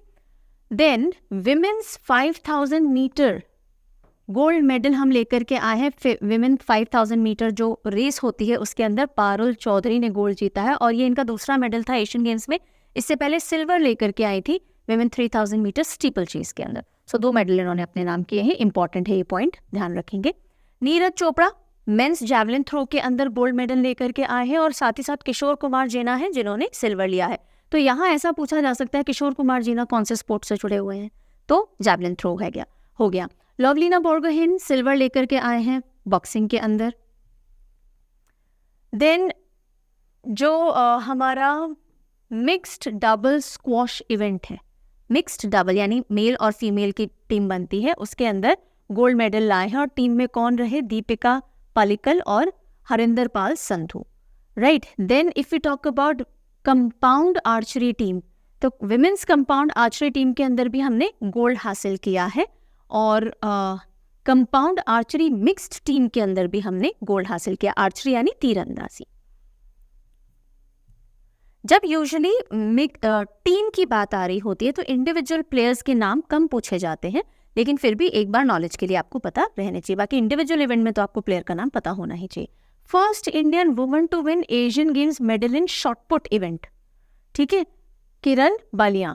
इन्होंने ब्रॉन्ज जीता है हालांकि, लेकिन किरण बलिया ने अपना मतलब इंडिया के लिए अभी तक का विमेन कैटेगरी में शॉटपुट का पहला मेडल लिया है, ब्रॉन्ज रहा, पर अगेन काबिल तारीफ है, इसलिए पढ़ लेते हैं।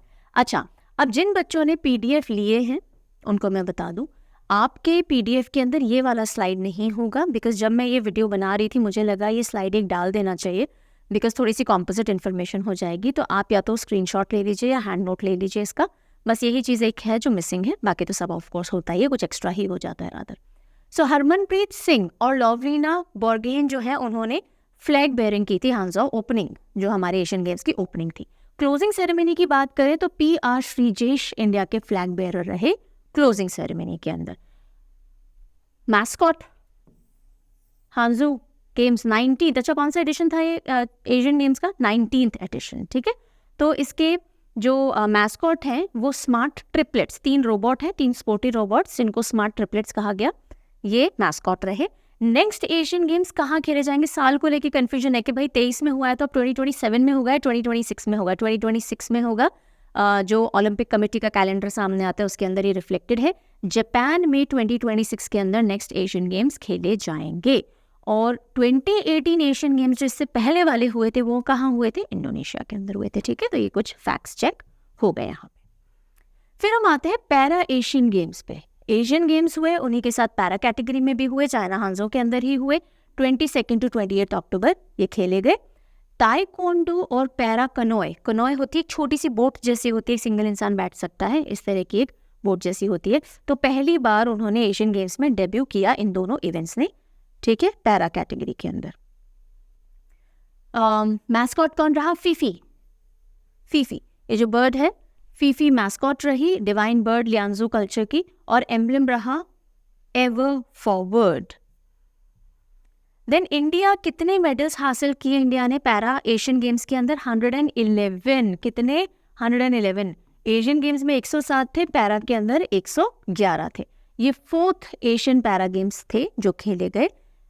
एशियन गेम्स का 19th एडिशन था, पैरा का 4th एडिशन था। कंपेयर करके करो, फटाफट हो जाएंगे। चाइना जीता है इसमें भी 521 मेडल्स के साथ। इंडियन कंटिंजेंट जो गया था, लार्जेस्ट कंटिंजेंट था किसी भी टीम का जिसने पार्टिसिपेट किया। कितने लोग हमारे यहाँ से गए थे? 303 खिलाड़ी थे जिन्होंने पार्टिसिपेट किया था। तो लार्जेस्ट कंटिंजेंट पैरा गेम्स में, एशियन गेम्स में इंडिया का ही था। तो ये देखिए, चाइना फर्स्ट रहा, फिर ईरान, जापान, कोरिया, और 5th नंबर पे इंडिया का नंबर आता है। Indian flag bearer Hangzhou Asian para games में कौन रहे? फ्लैग बेयरिंग किसने की? पारुल परमार ने की, जो कि बैडमिंटन खेलती हैं। एंड उनको एक तरह से आप बोलिए कि को फ्लैग बेयरर कौन थे? अमित सोराहा थे, ठीक है। Then mascot I have already told you, फीफी मैस्कॉट थी। अब कुछ इंपॉर्टेंट मेडल विनर्स के बारे में देख लेते हैं। दीप्ति दीप्ति जीवन जी, इन्होंने गोल्ड मेडल जीता है विमेंस 400 मीटर T20 इवेंट। अब देखो ये T20 वो नहीं है क्रिकेट वाला, यहाँ पे ना डिसेबिलिटी के पैरामीटर्स के हिसाब से कुछ कोडिंग की जाती है, इतने % डिसेबिलिटी है, उससे ज़्यादा है, एट्सेट्रा। सो आप इतना ध्यान रख सकते हो। विमेन 400 मीटर इवेंट में दीप्ति जीवन जी ने गोल्ड मेडल लिया है पैरा एशियन में। देन प्राची यादव, इन्होंने विमेन पैरा कनोए के अंदर गोल्ड मेडल लिया। नीरज यादव ने डिस्कस थ्रो के अंदर गोल्ड मेडल मेंस कैटेगरी के अंदर इंडिया को दिलाया। देन सुमित अंतिल क्या खेलते हैं? ये जैवलिन थ्रो, तो मेंस जैवलिन कैटेगरी के अंदर सुमित अंतिल ने गोल्ड दिलाया है। देन निषाद कुमार ये हाई जंप, सो हाई जंप के अंदर गोल्ड मेडल निषाद कुमार लेकर के आए हैं। Then talking about 50 metre rifle event, Siddharth Babu. Then long jump की आई थिंक अब हम हाई जंप की बात करते हैं, तो mains high jump Shailesh Kumar gold medal हमने लिया है। और इसी के साथ हमारे जो पैरा एशियन हैं उनसे जुड़ी हुई न्यूज़ जो भी इंपॉर्टेंट थी हमने कवर कर लिया। ऑफ कोर्स आई नो जो बच्चे बहुत ज़्यादा स्पोर्ट्स फॉलो नहीं करते हैं, जो करते भी हैं या करंट अफेयर बहुत ज़्यादा फॉलो नहीं करते, हम एशियन गेम्स सब बैठ करके नहीं देखते ना। जैसे आपको क्रिकेटर्स के नाम थोड़े मुंह पे चढ़े हुए हो सकते हैं, पॉपुलर टेनिस प्लेयर्स के हो सकते हैं, जो भी जिस स्पोर्ट को फॉलो करते हैं उनके स्पोर्ट पर्सन को आप पहचानते होगे। पर एथलेटिक्स में पैरा एशियन वगैरह के जो भी प्लेयर्स हैं उनके नाम बहुत पॉपुलर शायद आपको नहीं पता हो, तो ऐसे में याद करना थोड़ा डिफिकल्ट होता है।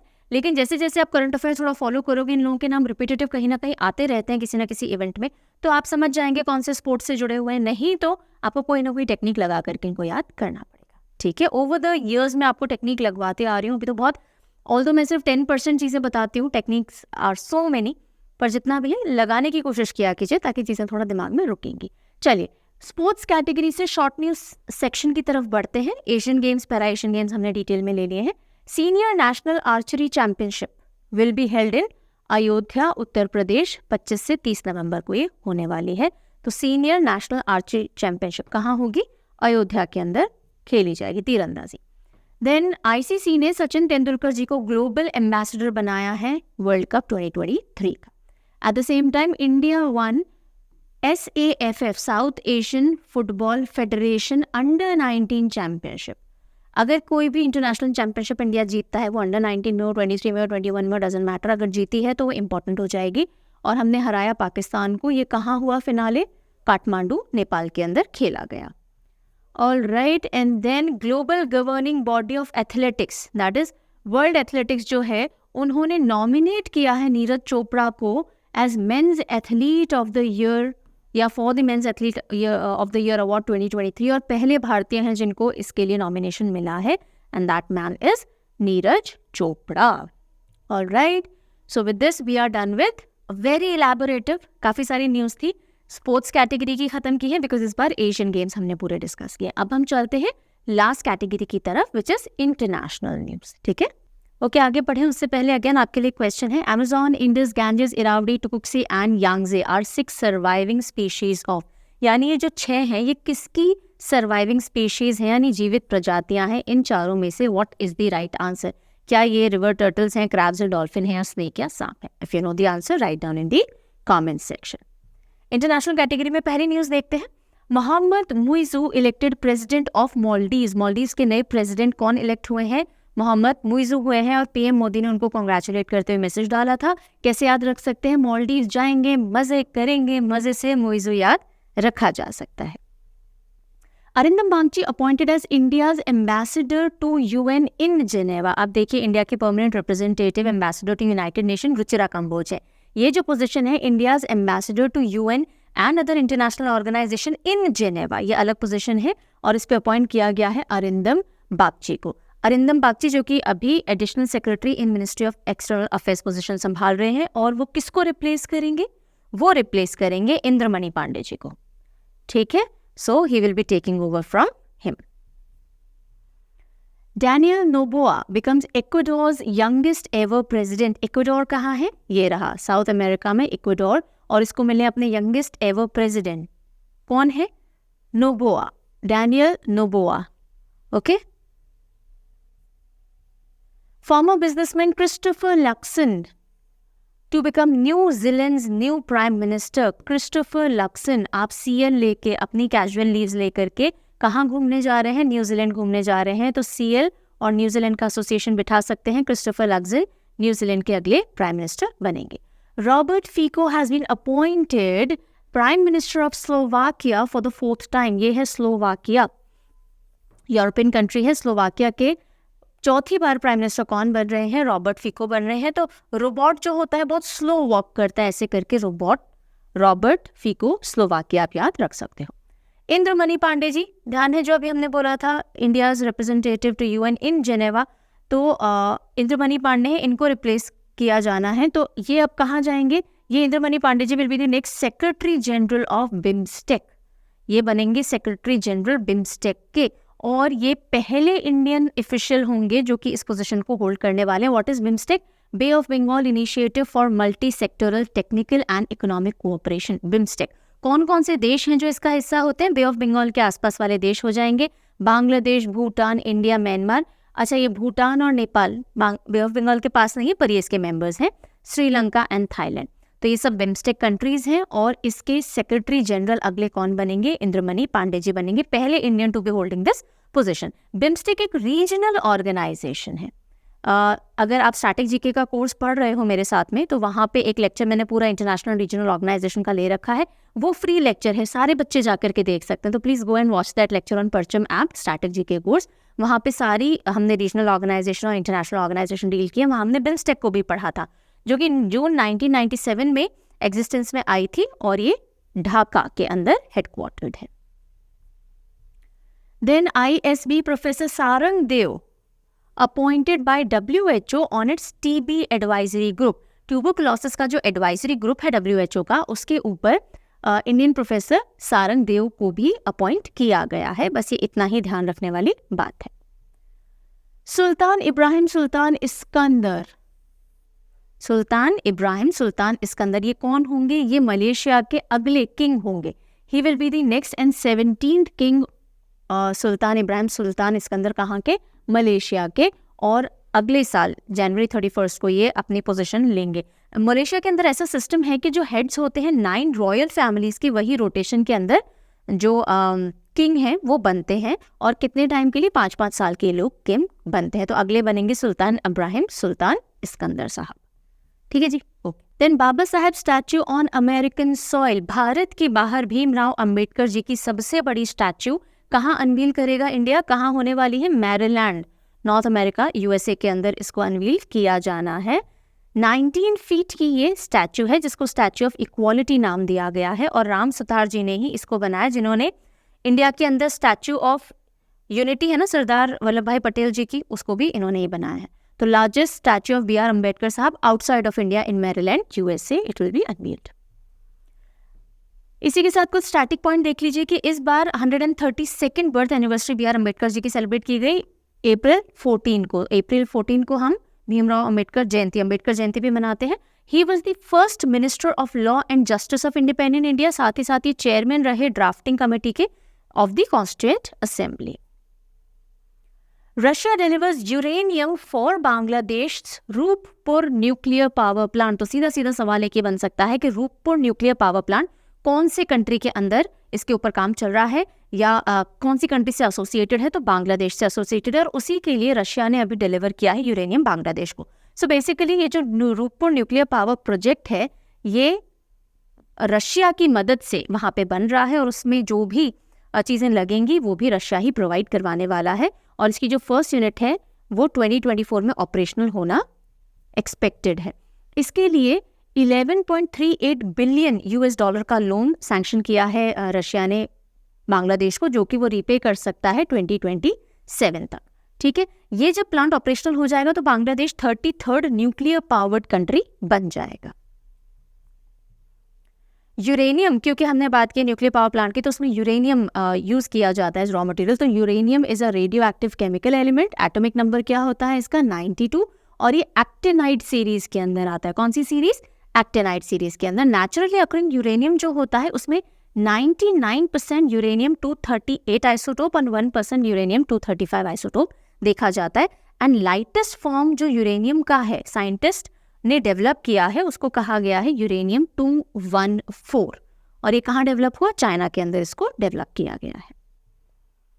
इंडिया की अगर हम बात करें माइनिंग की रिलेटिंग टू यूरेनियम, तो जाडोगुड़ा सिंहभूम थ्रस्ट बेल्ट जो है झारखंड के अंदर, वहाँ पे पहले यूरेनियम के डिपॉजिट्स डिस्कवर किए गए थे 1951 के अंदर. इसके अलावा आंध्र प्रदेश में देखे गए लार्जेस्ट सोर्स जो है यूरेनियम का वो मोनाजाइट सैंड्स में मिलता है. मोनाजाइट सैंड्स में चांसेस सबसे ज़्यादा होते हैं कि यूरेनियम पाया जाएगा. और ये जो मोनाजाइट सैंड्स है ये वेस्टर्न ईस्टर्न जो हमारे कोस्ट है वहाँ तो मिलता है, लेकिन लार्जेस्ट कॉन्सेंट्रेशन जो इस मोनाजाइट सैंड का है वो केरला कोस्ट में देखा गया है. South east Asia's first high speed railway launched in Indonesia. तो साउथ ईस्ट एशिया की सबसे पहली वेरी हाई स्पीड या हाई स्पीड रेल जो कि लॉन्च हुई इंडोनेशिया में, उसका नाम क्या है? वूश है। बस इतनी सी न्यूज़ है, ध्यान रखनी है। So what is Whoosh? या फिर साउथ ईस्ट एशिया की फर्स्ट हाई स्पीड रेल का नाम क्या है? वूश है। India reelected as president of AIBD for a third successive term.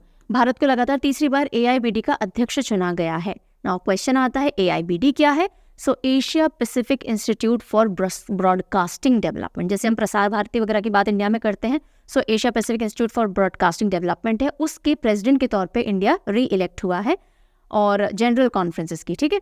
1821 और 21-23 पहले भी हमने एज प्रेसिडेंटशिप लीड किया है। India one of the founding members है AIBD का, और जो प्रसार भारती है वो रिप्रेजेंट करती है इंडिया को इस फोरम के ऊपर। ऑपरेशन अल अक्सा फ्लड, ये क्या है या कौन सी कंट्री से जुड़ा हुआ है? ऑपरेशन अल अक्सा फ्लड।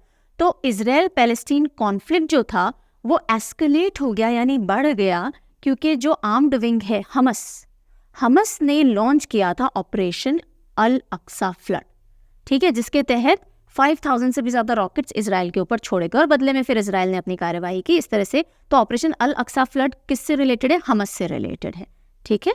और इसी के बाद इजराइल PM ने स्टेट ऑफ इमरजेंसी घोषित किया था। इजराइल हमस वॉर के अंदर इंडिया ने लॉन्च किया ऑपरेशन अजय। पिछले वीडियो के अंदर जब हमने साइंस टेक और डिफेंस पढ़ा था मंथली CA में, तब जाते जाते मैंने आपसे क्वेश्चन किया था कि इंडिया ने कौन सा ऑपरेशन लॉन्च किया to bring back its residents या इट्स नेशनल्स फ्रॉम इजराइल। तो अजय, ऑपरेशन अजय लॉन्च किया सरकार ने। उसी के साथ साथ देख लीजिए ऑपरेशन कावेरी, क्योंकि हम ऑपरेशन अजय की बात कर रहे हैं। इजराइल से वापस लाने के लिए हिंदुस्तानियों को ऑपरेशन कावेरी क्यों कंडक्ट किया गया था? सूडान कॉन्फ्लिक्ट के दौरान सूडान से हिंदुस्तानियों को वापस लाने के लिए। तो भारत अलग अलग ऑपरेशंस चलाता है। अगर किसी भी कंट्री के अंदर किसी भी तरह का कोई अनरेस्ट आ रहा है तो वहां से सेफली अपने सिटीजन्स को वापस लाया जा सके, तो ये ऑपरेशंस का नाम और कौन से कंट्री जुड़े हुए हैं याद रखना होता है। इंडिया तंजानिया साइंस MOU यानी memorandum of understanding in maritime sector, ठीक है। कौन से सेक्टर के अंदर? समुद्री क्षेत्र के अंदर, maritime sector, navy, to share shipping information. Actually 6 MOU 6 memorandum of understanding sign हुए कि अलग अलग क्षेत्र में कोऑपरेट करेंगे दो देश, इनमें से एक है इंडिया और दूसरा है तंजानिया, ओके। अब वो कौन कौन से MOUs है? स्पोर्ट्स, मैरीटाइम, कल्चर एक्सचेंज हम करेंगे, इंडस्ट्रियल पार्क जो तंजानिया में होगा सेटअप वो इंडिया की मदद से होगा, डिजिटल सोल्यूशन में इंडिया हेल्प करेगा तंजानिया को, वाइड शिपिंग इंफॉर्मेशन, ये सारी MOU साइन हुए। तंजानिया कहाँ है? ये रहा, अफ्रीका के अंदर तंजानिया। तंजानिया की जो प्रेसिडेंट हैं क्या नाम है? अब देखो नॉर्मली ऐसे ही नहीं एग्जामिनर किसी भी देश के प्रेसिडेंट प्राइम मिनिस्टर पूछेगा, बिकॉज इतने सारे कंट्रीज हैं, अप्रॉक्सीमेटली 200 कंट्रीज हैं, क्या सबके आपको याद रखने की जरूरत है? नहीं। जो भी न्यूज में बने हुए हैं इंडिया के कॉन्टेक्स्ट से पर्टिकुलरली वो आपको पता होने चाहिए। तो यहाँ पे तंजानिया की president Samia Suluhu Hassan, Samia Hassan ऐसे याद रख सकते हो, कमल हासन से सामिया हसन याद रख लीजिए। इनको ऑनररी डॉक्टरेट भी दिया गया है जवाहरलाल नेहरू यूनिवर्सिटी से, ठीक है, क्योंकि दोनों देशों के टाइज को बहुत स्ट्रॉन्ग किया इन्होंने। Then Sri Lanka to take over as chair of Indian ocean rim association. Indian ocean rim association यानी इंडियन ओशन के आसपास जो भी नेशंस हैं वो इस एसोसिएशन के मेंबर्स हैं, और उनकी 23rd council of ministers meeting होनी है कोलंबो में, उसमें श्रीलंका लीड करेगा। Also Sri Lanka will hold the chairmanship of this association 2023 से 2025 तक, ठीक है।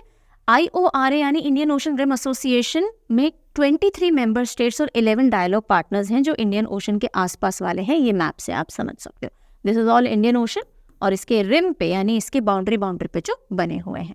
इसका हेडक्वार्टर या फिर जो सेक्रेटेरिएट हम बोलते हैं जहाँ से सारे ऑपरेशनल वर्क होंगे वो कहाँ पर है? मॉरिशस के अंदर है, ठीक है जी।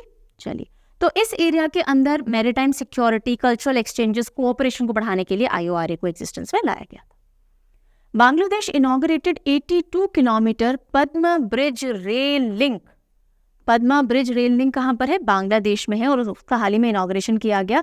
Countries largest infrastructure project build under China's belt and road initiative. China का बेल्ट एंड रोड इनिशिएटिव है जिसके तहत वो अलग अलग कंट्रीज को लोन्स देकर के, सब्सिडाइज लोन्स देकर के कुछ ना कुछ इंफ्रास्ट्रक्चर प्रोजेक्ट्स करता है। अगर आप चुका नहीं पाओगे तो वो एरिया या वो टेरिटरी या वो रीजन चाइना के अंडर में आएगा। बेल्ट एंड रोड इनिशिएटिव है चाइना का, राइट। तो इसके एक्सपेंशन का एक तरीका माना जाता है। तो उसी के तहत बांग्लादेश का लार्जेस्ट इंफ्रास्ट्रक्चर प्रोजेक्ट जो इस इनिशिएटिव के तहत बन रहा है, अब वो इनॉग्रेट हो चुका है। 82 किलोमीटर का पद्मा ब्रिज रेल लिंक, ठीक है जी। 141 यानी 141 नंबर की international Olympic committee session inauguration, 141 international Olympic committee session का इनॉग्रेशन किया गया इंडिया के अंदर। पीएम नरेंद्र मोदी जी ने इनॉग्रेट किया इसको 14 अक्टूबर को, और ये कहाँ हुआ? जियो वर्ल्ड सेंटर मुंबई के अंदर हुआ। इंडिया में ये जो सेशन है ये 40 इयर्स के बाद अराउंड हो रहा है, और सेकेंड टाइम हम इसको होस्ट कर रहे हैं। इससे पहले हमने 1983 में 86th IOC सेशन होस्ट किया था। इंटरनेशनल ओलंपिक कमेटी जो है उसने अप्रूव किया है एक तो T20 cricket format man and women का, जो अब 2028 लॉस एंजलिस ओलंपिक्स होंगे वहाँ पे T20 फॉर्मेट भी खेला जाएगा मैन और विमेन। उसी के साथ साथ बेसबॉल में softball, flag football, lacrosse and squash को भी हामी मिल गई है कि हाँ जी ओलंपिक्स के अंदर खेले जाएंगे। इंटरनेशनल ओलंपिक कमेटी की बात करें तो 1894 के अंदर एग्जिस्टेंस में आई थी। हेडक्वार्टर लॉसेन स्विट्जरलैंड के अंदर है। जो भी ओलंपिक मूवमेंट है, ओलंपिक वैल्यूज हैं, उनको प्रमोट करने के लिए इस सेशन को रखा जाता है अलग अलग देशों के अंदर, ठीक है, जिससे कि उन देशों से रिश्ते भी अच्छे हों, फ्रेंडशिप इनकॉर्पोरेट हो और जो ओलंपिक वैल्यूज है वो वहाँ पे दी जा सके, ठीक है। और यही जो ओलंपिक कमेटी होती है रिस्पॉन्सिबल होती है समर और विंटर ओलंपिक गेम्स को ऑर्गेनाइज करने के लिए। Then Sayeret Matkal Israel operation. So what is Sayeret Matkal, या कौन से देश से जुड़ा हुआ है? ये इजरायली ऑपरेशन है जो कि इजराइल के most elite special operation forces हैं, उनका नाम है, उस फोर्स का नाम है सायरत मतकल। और इनका मेन काम था कि जो गाजा स्ट्रिप के ऊपर हॉस्टेज रेस्क्यू यानी जो बंदी बना लिए गए उनको बचा कर लाने के लिए इस जो टास्क फोर्स है ऑपरेशन फोर्सेस की मदद ली गई थी, उनको डिप्लॉय किया गया था। So it is basically an elite commando unit of Israeli Defense Force. What is Sayeret Matkal? It is the commando, special commando force आप बोल सकते हो स्पेशल ऑपरेशंस के लिए, जो कि इसराइली डिफेंस फोर्स की एक टुकड़ी या यूनिट है। देन स्वामी नारायण अक्षरधाम, क्या नाम है मंदिर का? Swami Narayan Akshardham, largest Hindu temple outside India inaugurated. Hindu word पे ध्यान दीजिएगा, बिकॉज अगर आप बोलेंगे लार्जेस्ट टेम्पल आउटसाइड इंडिया तो वो अंकोर वाट होगा, लेकिन वो बुद्धिस्ट टेम्पल है। लार्जेस्ट हिंदू टेम्पल अब इनॉग्रेट हुआ है आउटसाइड ऑफ इंडिया और उसका नाम है स्वामी नारायण अक्षरधाम। कहाँ हुआ है? यहाँ कहीं लिखा हुआ आपको नहीं दिखेगा, न्यू जर्सी। कहाँ हुआ है? New Jersey, United states of America में इसका इनॉग्रेशन हो गया है। पहला जो अक्षरधाम था वो गांधीनगर गुजरात के अंदर इंडिया में बना था 1992 में। उसके बाद अक्षरधाम नई दिल्ली वाला 2005 में, और अब इंडिया के बाहर सबसे बड़ा हिंदू टेम्पल स्वामी नारायण अक्षरधाम हो गया है न्यू जर्सी के अंदर इनॉग्रेट। देन अगली न्यूज आती है लिम्फेटिक फाइलेरियासिस से रिलेटेड, जिसको आम भाषा में एलिफेंटियासिस भी बोला जाता। आम भाषा तो नहीं बोलेंगे हम, पर एक और नाम इसका एलिफेंटियासिस भी है। तो वर्ल्ड हेल्थ ऑर्गेनाइजेशन ने लाओ पीपल्स डेमोक्रेटिक रिपब्लिक, जिसे हम लाओस बोलते हैं, ये वाला जो कंट्री है ना लाओस, LAOS हम इसको लिखते हैं। सो लाओस को डिक्लेयर किया है second country in 2023 after Bangladesh, जिसने लिम्फेटिक फाइलेरियासिस को खत्म कर दिया है, एलिमिनेट कर दिया। तो बांग्लादेश ने एलिमिनेट किया और अब लाओस ने एलिमिनेट किया। सो लिम्फेटिक फाइलेरियासिस कॉमनली जिसको एलिफेंटियासिस कहते हैं, ये एक ट्रॉपिकल डिजीज है। इसमें क्या होता है, पाँव इतना एलिफेंट के पाँव जैसा इतना मोटा हो जाता है तो आपके मूवमेंट वगैरह में बहुत दिक्कत आती है और सिवियर पेन होता है, डिसेबिलिटी हो जाती है।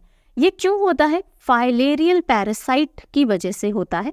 फाइलेरियल पैरासाइट जिसको कि हम राउंड वर्म, जो फाइलेरियोडी फैमिली को बिलोंग करता है, उसकी वजह से होता है। और ये किसके थ्रू आता है? वेक्टर क्या होता है? मस्कीटोस। एक मच्छर ने बहुत परेशान किया है, डेंगू ले लो, मलेरिया ले लो, अभी फाइलेरियासिस ले लो, बहुत सारी बीमारियां मच्छर कॉज कर देते हैं, ठीक है जी। Egypt gets gold tier status for hepatitis C. Hepatitis C के केसेस में बहुत गिरावट दर्ज की है, उससे मॉर्टैलिटी यानी जो मृत्यु दर है उसमें बहुत गिरावट दर्ज की है, और इसके चलते इजिप्ट को गोल्ड टियर स्टेटस मिला है हेपेटाइटिस सी के कॉन्टेक्स्ट में। सो इजिप्ट फर्स्ट कंट्री, पहली कंट्री बन जाती है to achieve gold tier status in hepatitis C, और it is on the path to eliminate hepatitis C as per WHO criteria. और अगर इसी तरह से काम करता रहेगा इजिप्ट तो बहुत जल्दी हेपेटाइटिस सी से मुक्ति पा लेगा। तो ये जो मेन एम था, WHO का प्रोग्राम चल रहा था जिसके तहत रिड्यूस इंसिडेंस होने चाहिए और मोर्टेलिटी टारगेट भी जो है वो गिरने चाहिए, ताकि 2030 तक कंप्लीट एलिमिनेशन हो सके, और उस पर इजिप्ट काफ़ी अच्छा काम कर रहा है।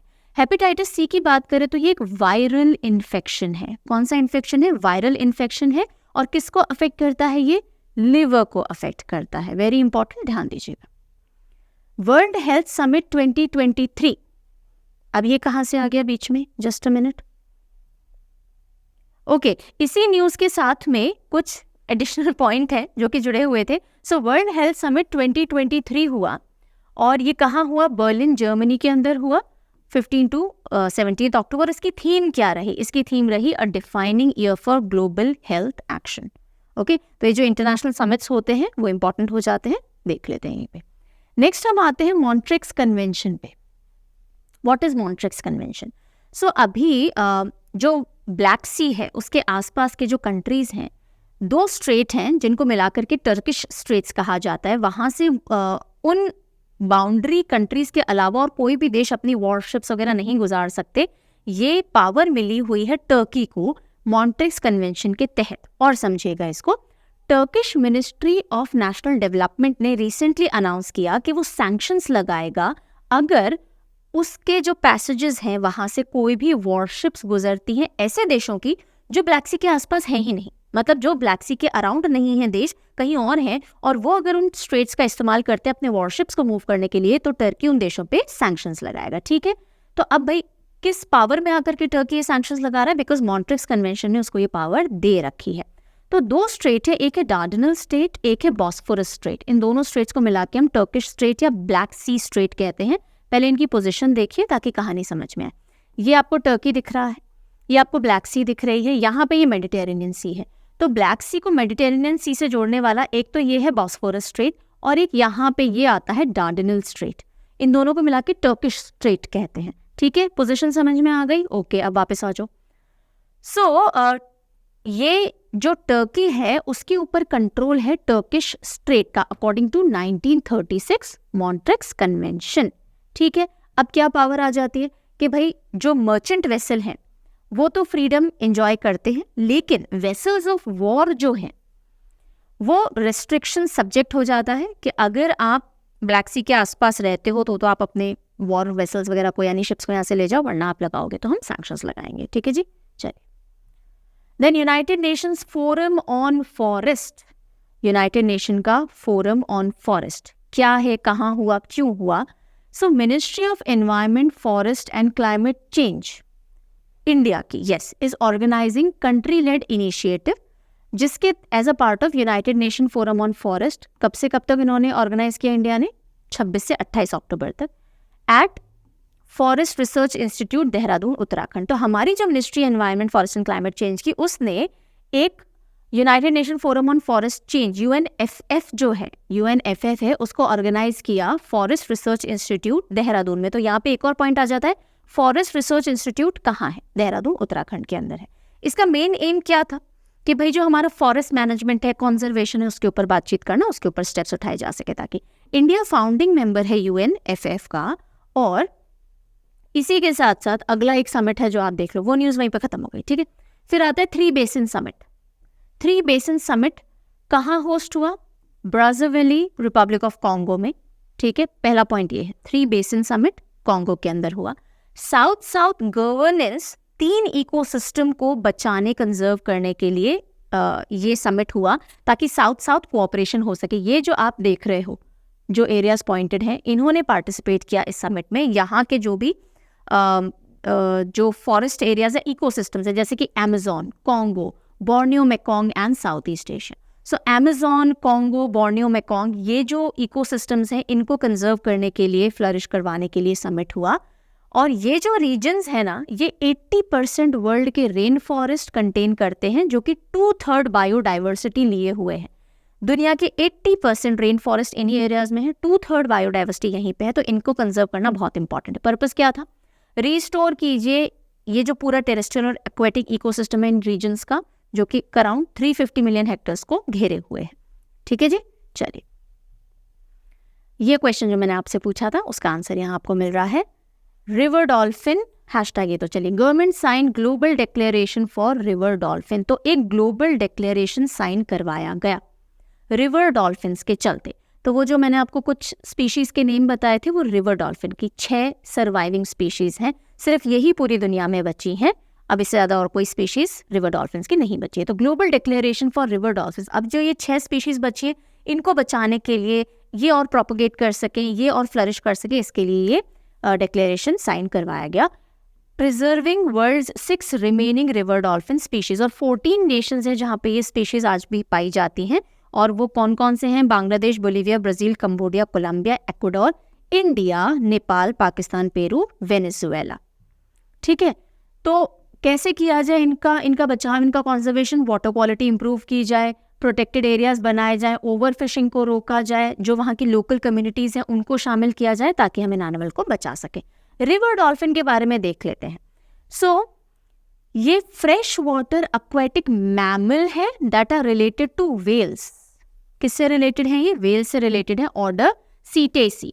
7th रिवर डॉल्फिन जो थी स्पीशीज, अब 6 बची है, तो जो 7वीं थी वो चाइनीज रिवर डॉल्फिन थी, उसको बैजी भी कहा जाता था, और वो 2007 में विलुप्त यानी एक्सटिंक्ट हो गई थी। ठीक है, तो ऐसा अब बाकियों के साथ ना हो। अब सर्वाइविंग कौन कौन सी है? Amazon, Indus, Ganges, Irrawaddy, Tucuxi and Yangtze. तो ये इंडस, गैंजेस और इरावडी इंडिया के आसपास के वाटर्स में पाई जाती हैं, इंडियन ओशन में और आसपास के वाटर्स में। India abstained to vote for UN resolution calling for humanitarian truce in Israel-Hamas war. तो यूनाइटेड नेशन जनरल असेंबली में एक रेजोल्यूशन पेश किया जाता है जॉर्डन के थ्रू, जो ये कहता है कि इजराइल हमास वॉर जो चल रहा है उसमें ह्यूमैनिटेरियन ट्रूस यानी कि आप ह्यूमैनिटेरियन पॉइंट्स को ध्यान में रखा जाए और जो गाजा स्ट्रिप है उस तक असिस्टेंस प्रोवाइड की जाए। इस तरह का एक रेजोल्यूशन लाया जाता है और काफ़ी सारे मेंबर नेशंस उसके फेवर में वोट करते हैं, कुछ उसके अगेंस्ट करते हैं। इंडिया ने अपना न्यूट्रल यानी एब्सटेन मतलब वोट नहीं डालना, इंडिया का स्टैंड क्या था? न्यूट्रल था। ठीक है, एब्सटेन किया उसने वोटिंग देने से। तो वोटिंग रिजल्ट देख लेते हैं। फेवर में 120 देश आए और इसी के चलते ये जो रेजोल्यूशन है इसको एक तरह से हम कहेंगे that it was adopted. Wait, this resolution was adopted because of so many votes in favour. Against में 14 देशों ने किया और एब्सटेन किया यानी वोट न किया 45 नेशन में, जिनमें इंडिया भी शामिल है। अच्छा, अब यूएनजीए अडॉप्ट कर लिया गाजा रेजोल्यूशन, इंडिया ने एब्सटेन किया। रेजोल्यूशन का टाइटल था protection of civilians and upholding legal and humanitarian obligations. ठीक है, इमीडिएट ह्यूमैनिटेरियन ट्रूस आए और उसी के साथ साथ अनहिंडर्ड ह्यूमैनिटेरियन एक्सेस पहुंचे गाजा स्ट्रिप तक। जो भी एड वगैरह सब रोक दी गई है वो चालू करें। जॉर्डेनियन ड्राफ्टेड रेजोल्यूशन जो था उसके अंदर ये जो ड्राफ्ट किया ये तो जॉर्डन ने किया और 40 कंट्रीज थे जिन्होंने उसको को स्पॉन्सर किया। ठीक है, जिसके अंदर Bangladesh, Maldives, Pakistan, Russia, south Africa शामिल थे। यूएस एक पॉइंट पे काफ़ी अपनी नाराज़गी दिखाता है कि जॉर्डन के इस रेजोल्यूशन के अंदर उन्होंने हमस को तो बिल्कुल निगलेक्ट कर दिया। जॉर्डन ने जब ये रेजोल्यूशन बनाया तो उन्होंने हमस का मेंशन ही नहीं किया कि हमस का क्या किया जाना चाहिए, वो क्या करेगा। So neglected the mention of militant group Hamas. तो इस पे फिर यूएस की प्रतिक्रिया थी कि भाई आपने जो ईविल है, जिस वन ऑफ द रीजंस उसको आपने बिल्कुल ओमिट कर रखा है। तो ये एक पॉइंट था जो हमने मेंशन कर दिया। 193 मेंबर्स जो हैं यूएनजीए के, उन्होंने अडॉप्ट, मतलब पूरे यूएनजीए ने जब इतने मेजॉरिटी वोट आए तो अडॉप्ट हो चुका है ये। ठीक है जी, चलिए। CCI, that is Competition Commission of India, becomes a member of International Competition Network Committee. 18 member steering committee International Competition Network की होती है और CCI जो है वो अब इसका एक पार्ट बन गया है। सो ये जो स्टीयरिंग कमेटी होती है ना, ये एपेक्स बॉडी होती है इंटरनेशनल कॉम्पिटिशन नेटवर्क की जो वर्ल्ड वाइड है, और उसमें अब जो हमारा इंडिया का कॉम्पिटिशन कमीशन है वो इसका अब पार्ट बन चुका है। So it is a very prestigious edition. ICN में 140 कमीशन एजेंसीज हैं और ओनली ग्लोबल बॉडी है ये जो कि कंपटीशन को रेगुलेट करने या लॉ, उससे रिलेटेड लॉ इन्फोर्स करने पे काम करती है। इसका कोई फॉर्मल सेक्रेटेरिएट नहीं है यानी हेडक्वार्टर कहीं हो, ऐसा नहीं है। और हमारी जो CCI है, that is competition commission of India, वो एक स्टेट्यूटरी बॉडी है गवर्नमेंट ऑफ इंडिया के तहत। मार्च 2009 में उसको कॉम्पिटिशन कमीशन एक्ट 2002 के तहत, नॉट कॉम्पिटिशन कमीशन एक्ट 2002 के तहत एग्जिस्टेंस में लाया गया था। देन FATF रिमूव्स केमन आइलैंड्स, जो कि ब्रिटिश ओवरसीज टेरिटरी है। केमन आइलैंड्स ग्रे लिस्ट से इसको हटा दिया है FATF ने। What is FATF? Financial action task force. ये एक ऐसा ग्रुप बोल दीजिए, इंस्टीट्यूशन बोल दीजिए, ऑर्गेनाइजेशन बोल दीजिए, जो मनी लॉन्ड्रिंग या फिर अगर आप टेररिस्ट ग्रुप्स को फंडिंग सप्लाई कर रहे हो तो उसके अगेंस्ट ये वर्क करता है, ठीक है। That it does not promote governments working in such line. तो FATF ने केमन आइलैंड्स को अपनी ग्रे लिस्ट से रिमूव कर दिया, यानी अब केमन आइलैंड्स इन सब एंटी एक्टिविटीज को सपोर्ट नहीं कर रहा है, इसलिए उसको इससे हटा दिया गया। इसी के साथ साथ पनामा, जॉर्डन, अल्बेनिया को भी ग्रे लिस्ट से रिमूव कर दिया गया है। बुल्गारिया को ऐड कर लिया गया है। ग्रे लिस्ट क्या होती है? ग्रे लिस्ट का मतलब ये होता है कि इन देशों पे बहुत एक्स्ट्रा वॉच रखा जाएगा, बिकॉज ये एंटी सोशल या एंटी पीस एक्टिविटीज को प्रमोट कर रहे हैं, ठीक है। केमन आइलैंड्स कहाँ है? ये वाले हिस्से के अंदर केमन आइलैंड्स है और ये ब्रिटिश ओवरसीज टेरिटरी में पड़ता है। तो FATF एक इंटर गवर्नमेंटल बॉडी है जो कि रिस्पॉन्सिबल है इंटरनेशनल स्टैंडर्ड्स बनाने के लिए, जिससे कि money laundering, terrorist financing, proliferation financing, इन सब की फंडिंग की जाती है। सो कंट्रीज को अलग अलग लिस्ट में रखा जाता है बेस्ड ऑन देयर स्टैंड कि वो किस तरह से अपने फंड्स को यूटिलाइज कर रही हैं, और अगर वो ग्रे लिस्ट में आती है तो उन पर एक एक्स्ट्रा वॉच रखी जाएगी। FATF 1989 में फाउंडेशन में आई थी, पेरिस फ्रांस के अंदर हेडक्वार्टर्ड है, और इसके प्रेसिडेंट T राजा कुमार हैं, सिंगापुर के, हाल ही में इन द सेंस थोड़े टाइम पहले अपॉइंट हुए, ठीक है जी। शॉर्ट न्यूज सेक्शन की तरफ मूव कर लेते हैं। एप्पल का एक कैंपेन शुरू हुआ है, मदर नेचर। सो कौन सी कंपनी का ये कैंपेन है? मदर नेचर एप्पल का है, ताकि कंपनी का जो कमिटमेंट है सस्टेनेबिलिटी और एनवायरमेंट रिस्पॉन्सिबिलिटी, उसको और थोड़ा उजागर कर सके कि हाँ भाई हमारा ये कैंपेन है जिसमें हम एनवायरमेंट फ्रेंडली काम करते हैं। एशियन डेवलपमेंट बैंक ने अग्री किया है $338 मिलियन बांग्लादेश को देने को, ताकि वो अलग अलग डिजीजेस के अगेंस्ट वैक्सीन तैयार कर सके। So Asian development bank, right. And with this we are done with the entire current affair for the month of October 2023। Diwali के चक्कर में थोड़ा लास्ट वाला पोर्शन डिले हो गया, बाकी सब तो टाइम पे आ ही गया था। आई रियली होप पूरा करंट अफेयर अक्टूबर मंथ का समझ आ गया होगा, आज वाला समझ में आ गया। आपको कोई डाउट, क्वेरी, कंसर्न है तो आप लिख सकते हो वीडियो रिकॉर्डिंग, अदरवाइज कुछ है तो आपको helpline numbers, chat option, mail option सारे मैंने बता दिए हैं। जाते जाते, बिकॉज ये लास्ट सेशन है करंट अफेयर का अक्टूबर का, तो थॉट ऑफ द डे दे जाते हैं, बी दैट डेड फ्रॉग। आप पढ़ के सोचोगे ये क्या है, तो एक बहुत इंटरेस्टिंग सी कहानी है कि कुछ मेंढक होते हैं, जैसे जातक कथा और ये सब होती है ना, पंचतंत्र, अमर चित्र कथा, इन सब में एनिमल्स के थ्रू लेसन्स दिए जाते हैं बच्चों को। तो वहीं से एक स्टोरी है बहुत इंटरेस्टिंग सी, मैंने कायरा को कभी सुनाई थी, मुझे लगता है हमारे लिए भी लेसन ड्रॉ करने का बहुत इंपॉर्टेंट है, कि काफ़ी सारे मेंढकों का एक ग्रुप जंगल में घूमने जाता है और बीच में एक गड्ढा आ जाता है और 2 मेंढक उसमें गिर जाते हैं, ठीक है।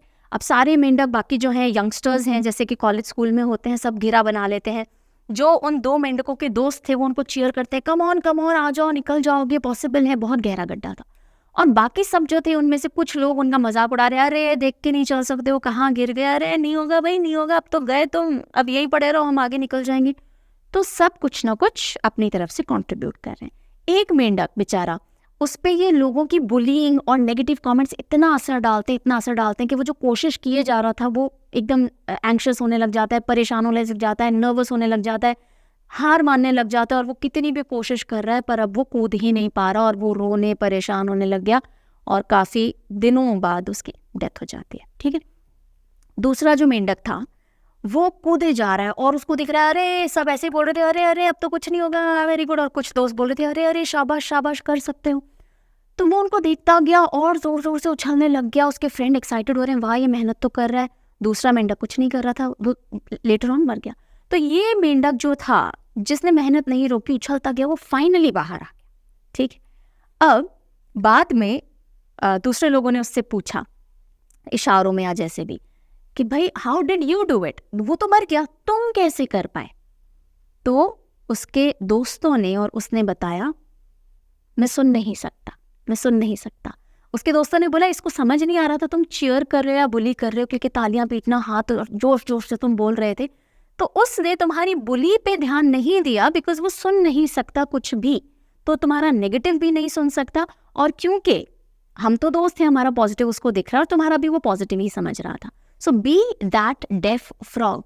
लोग क्या कहते हैं, ये एक बहुत बड़ा कंसर्न है, लोग क्या कहेंगे, वो क्या सोचेंगे, और वो लोग में हमारे परिवार वाले भी आते हैं, राइट। अगर आप कुछ करना चाहते हो, do not pay attention to what others are saying, provided आप बहुत कॉन्फिडेंट हो, उसके लिए बिल्कुल ईमानदारी से तैयारी कर रहे हो, आपका टैलेंट, नेचुरल टैलेंट उस एरिया में आपको दिखता है, फिर आप मत सोचिए। ऐसे कई लोग होते हैं जो बिजनेस लाइन ऑफ फैमिली से आते हैं, पर पहली बार अगर या जॉब लाइन ऑफ फैमिली से आते हैं, पहली बार कोई बिजनेस करना चाहता है, सब बोलते हैं अरे नहीं नहीं बिजनेस मत करो, शांति से सरकारी नौकरी पढ़ो या पकड़ो या प्राइवेट नौकरी पकड़ो, प्ले सेफ। पर वो एक इंसान अपने परिवार की और जनरेशन्स की तकदीर बदल देता है just by being that deaf frog. बहुत से बच्चे होते हैं जो सोशल प्रेशर के चलते बहुत सी हैबिट्स अडॉप्ट कर लेते हैं। आप अपने सोशल ग्रुप जैसे नहीं हो, आप हो सकता है डिफरेंट हो, उस वजह से बुली किए जाते हो, उस वजह से ताने सुनते हो आप, उस वजह से प्रेशर में आते हो। Be that deaf frog. So being that deaf frog can be really really helpful. अगर आप खुद को अच्छे से जानते हो, क्या करना चाहते हो वो अच्छे से जानते हो, बढ़ो उस तरफ। Be that deaf frog. So that was all from my side. जल्दी मिलते हैं अगले सेशन में, जिसमें हम स्टैटिक और बाकी भी कुछ इंपॉर्टेंट टॉपिक्स कवर करेंगे। Until we meet next, take very good care of yourself. Bye-bye.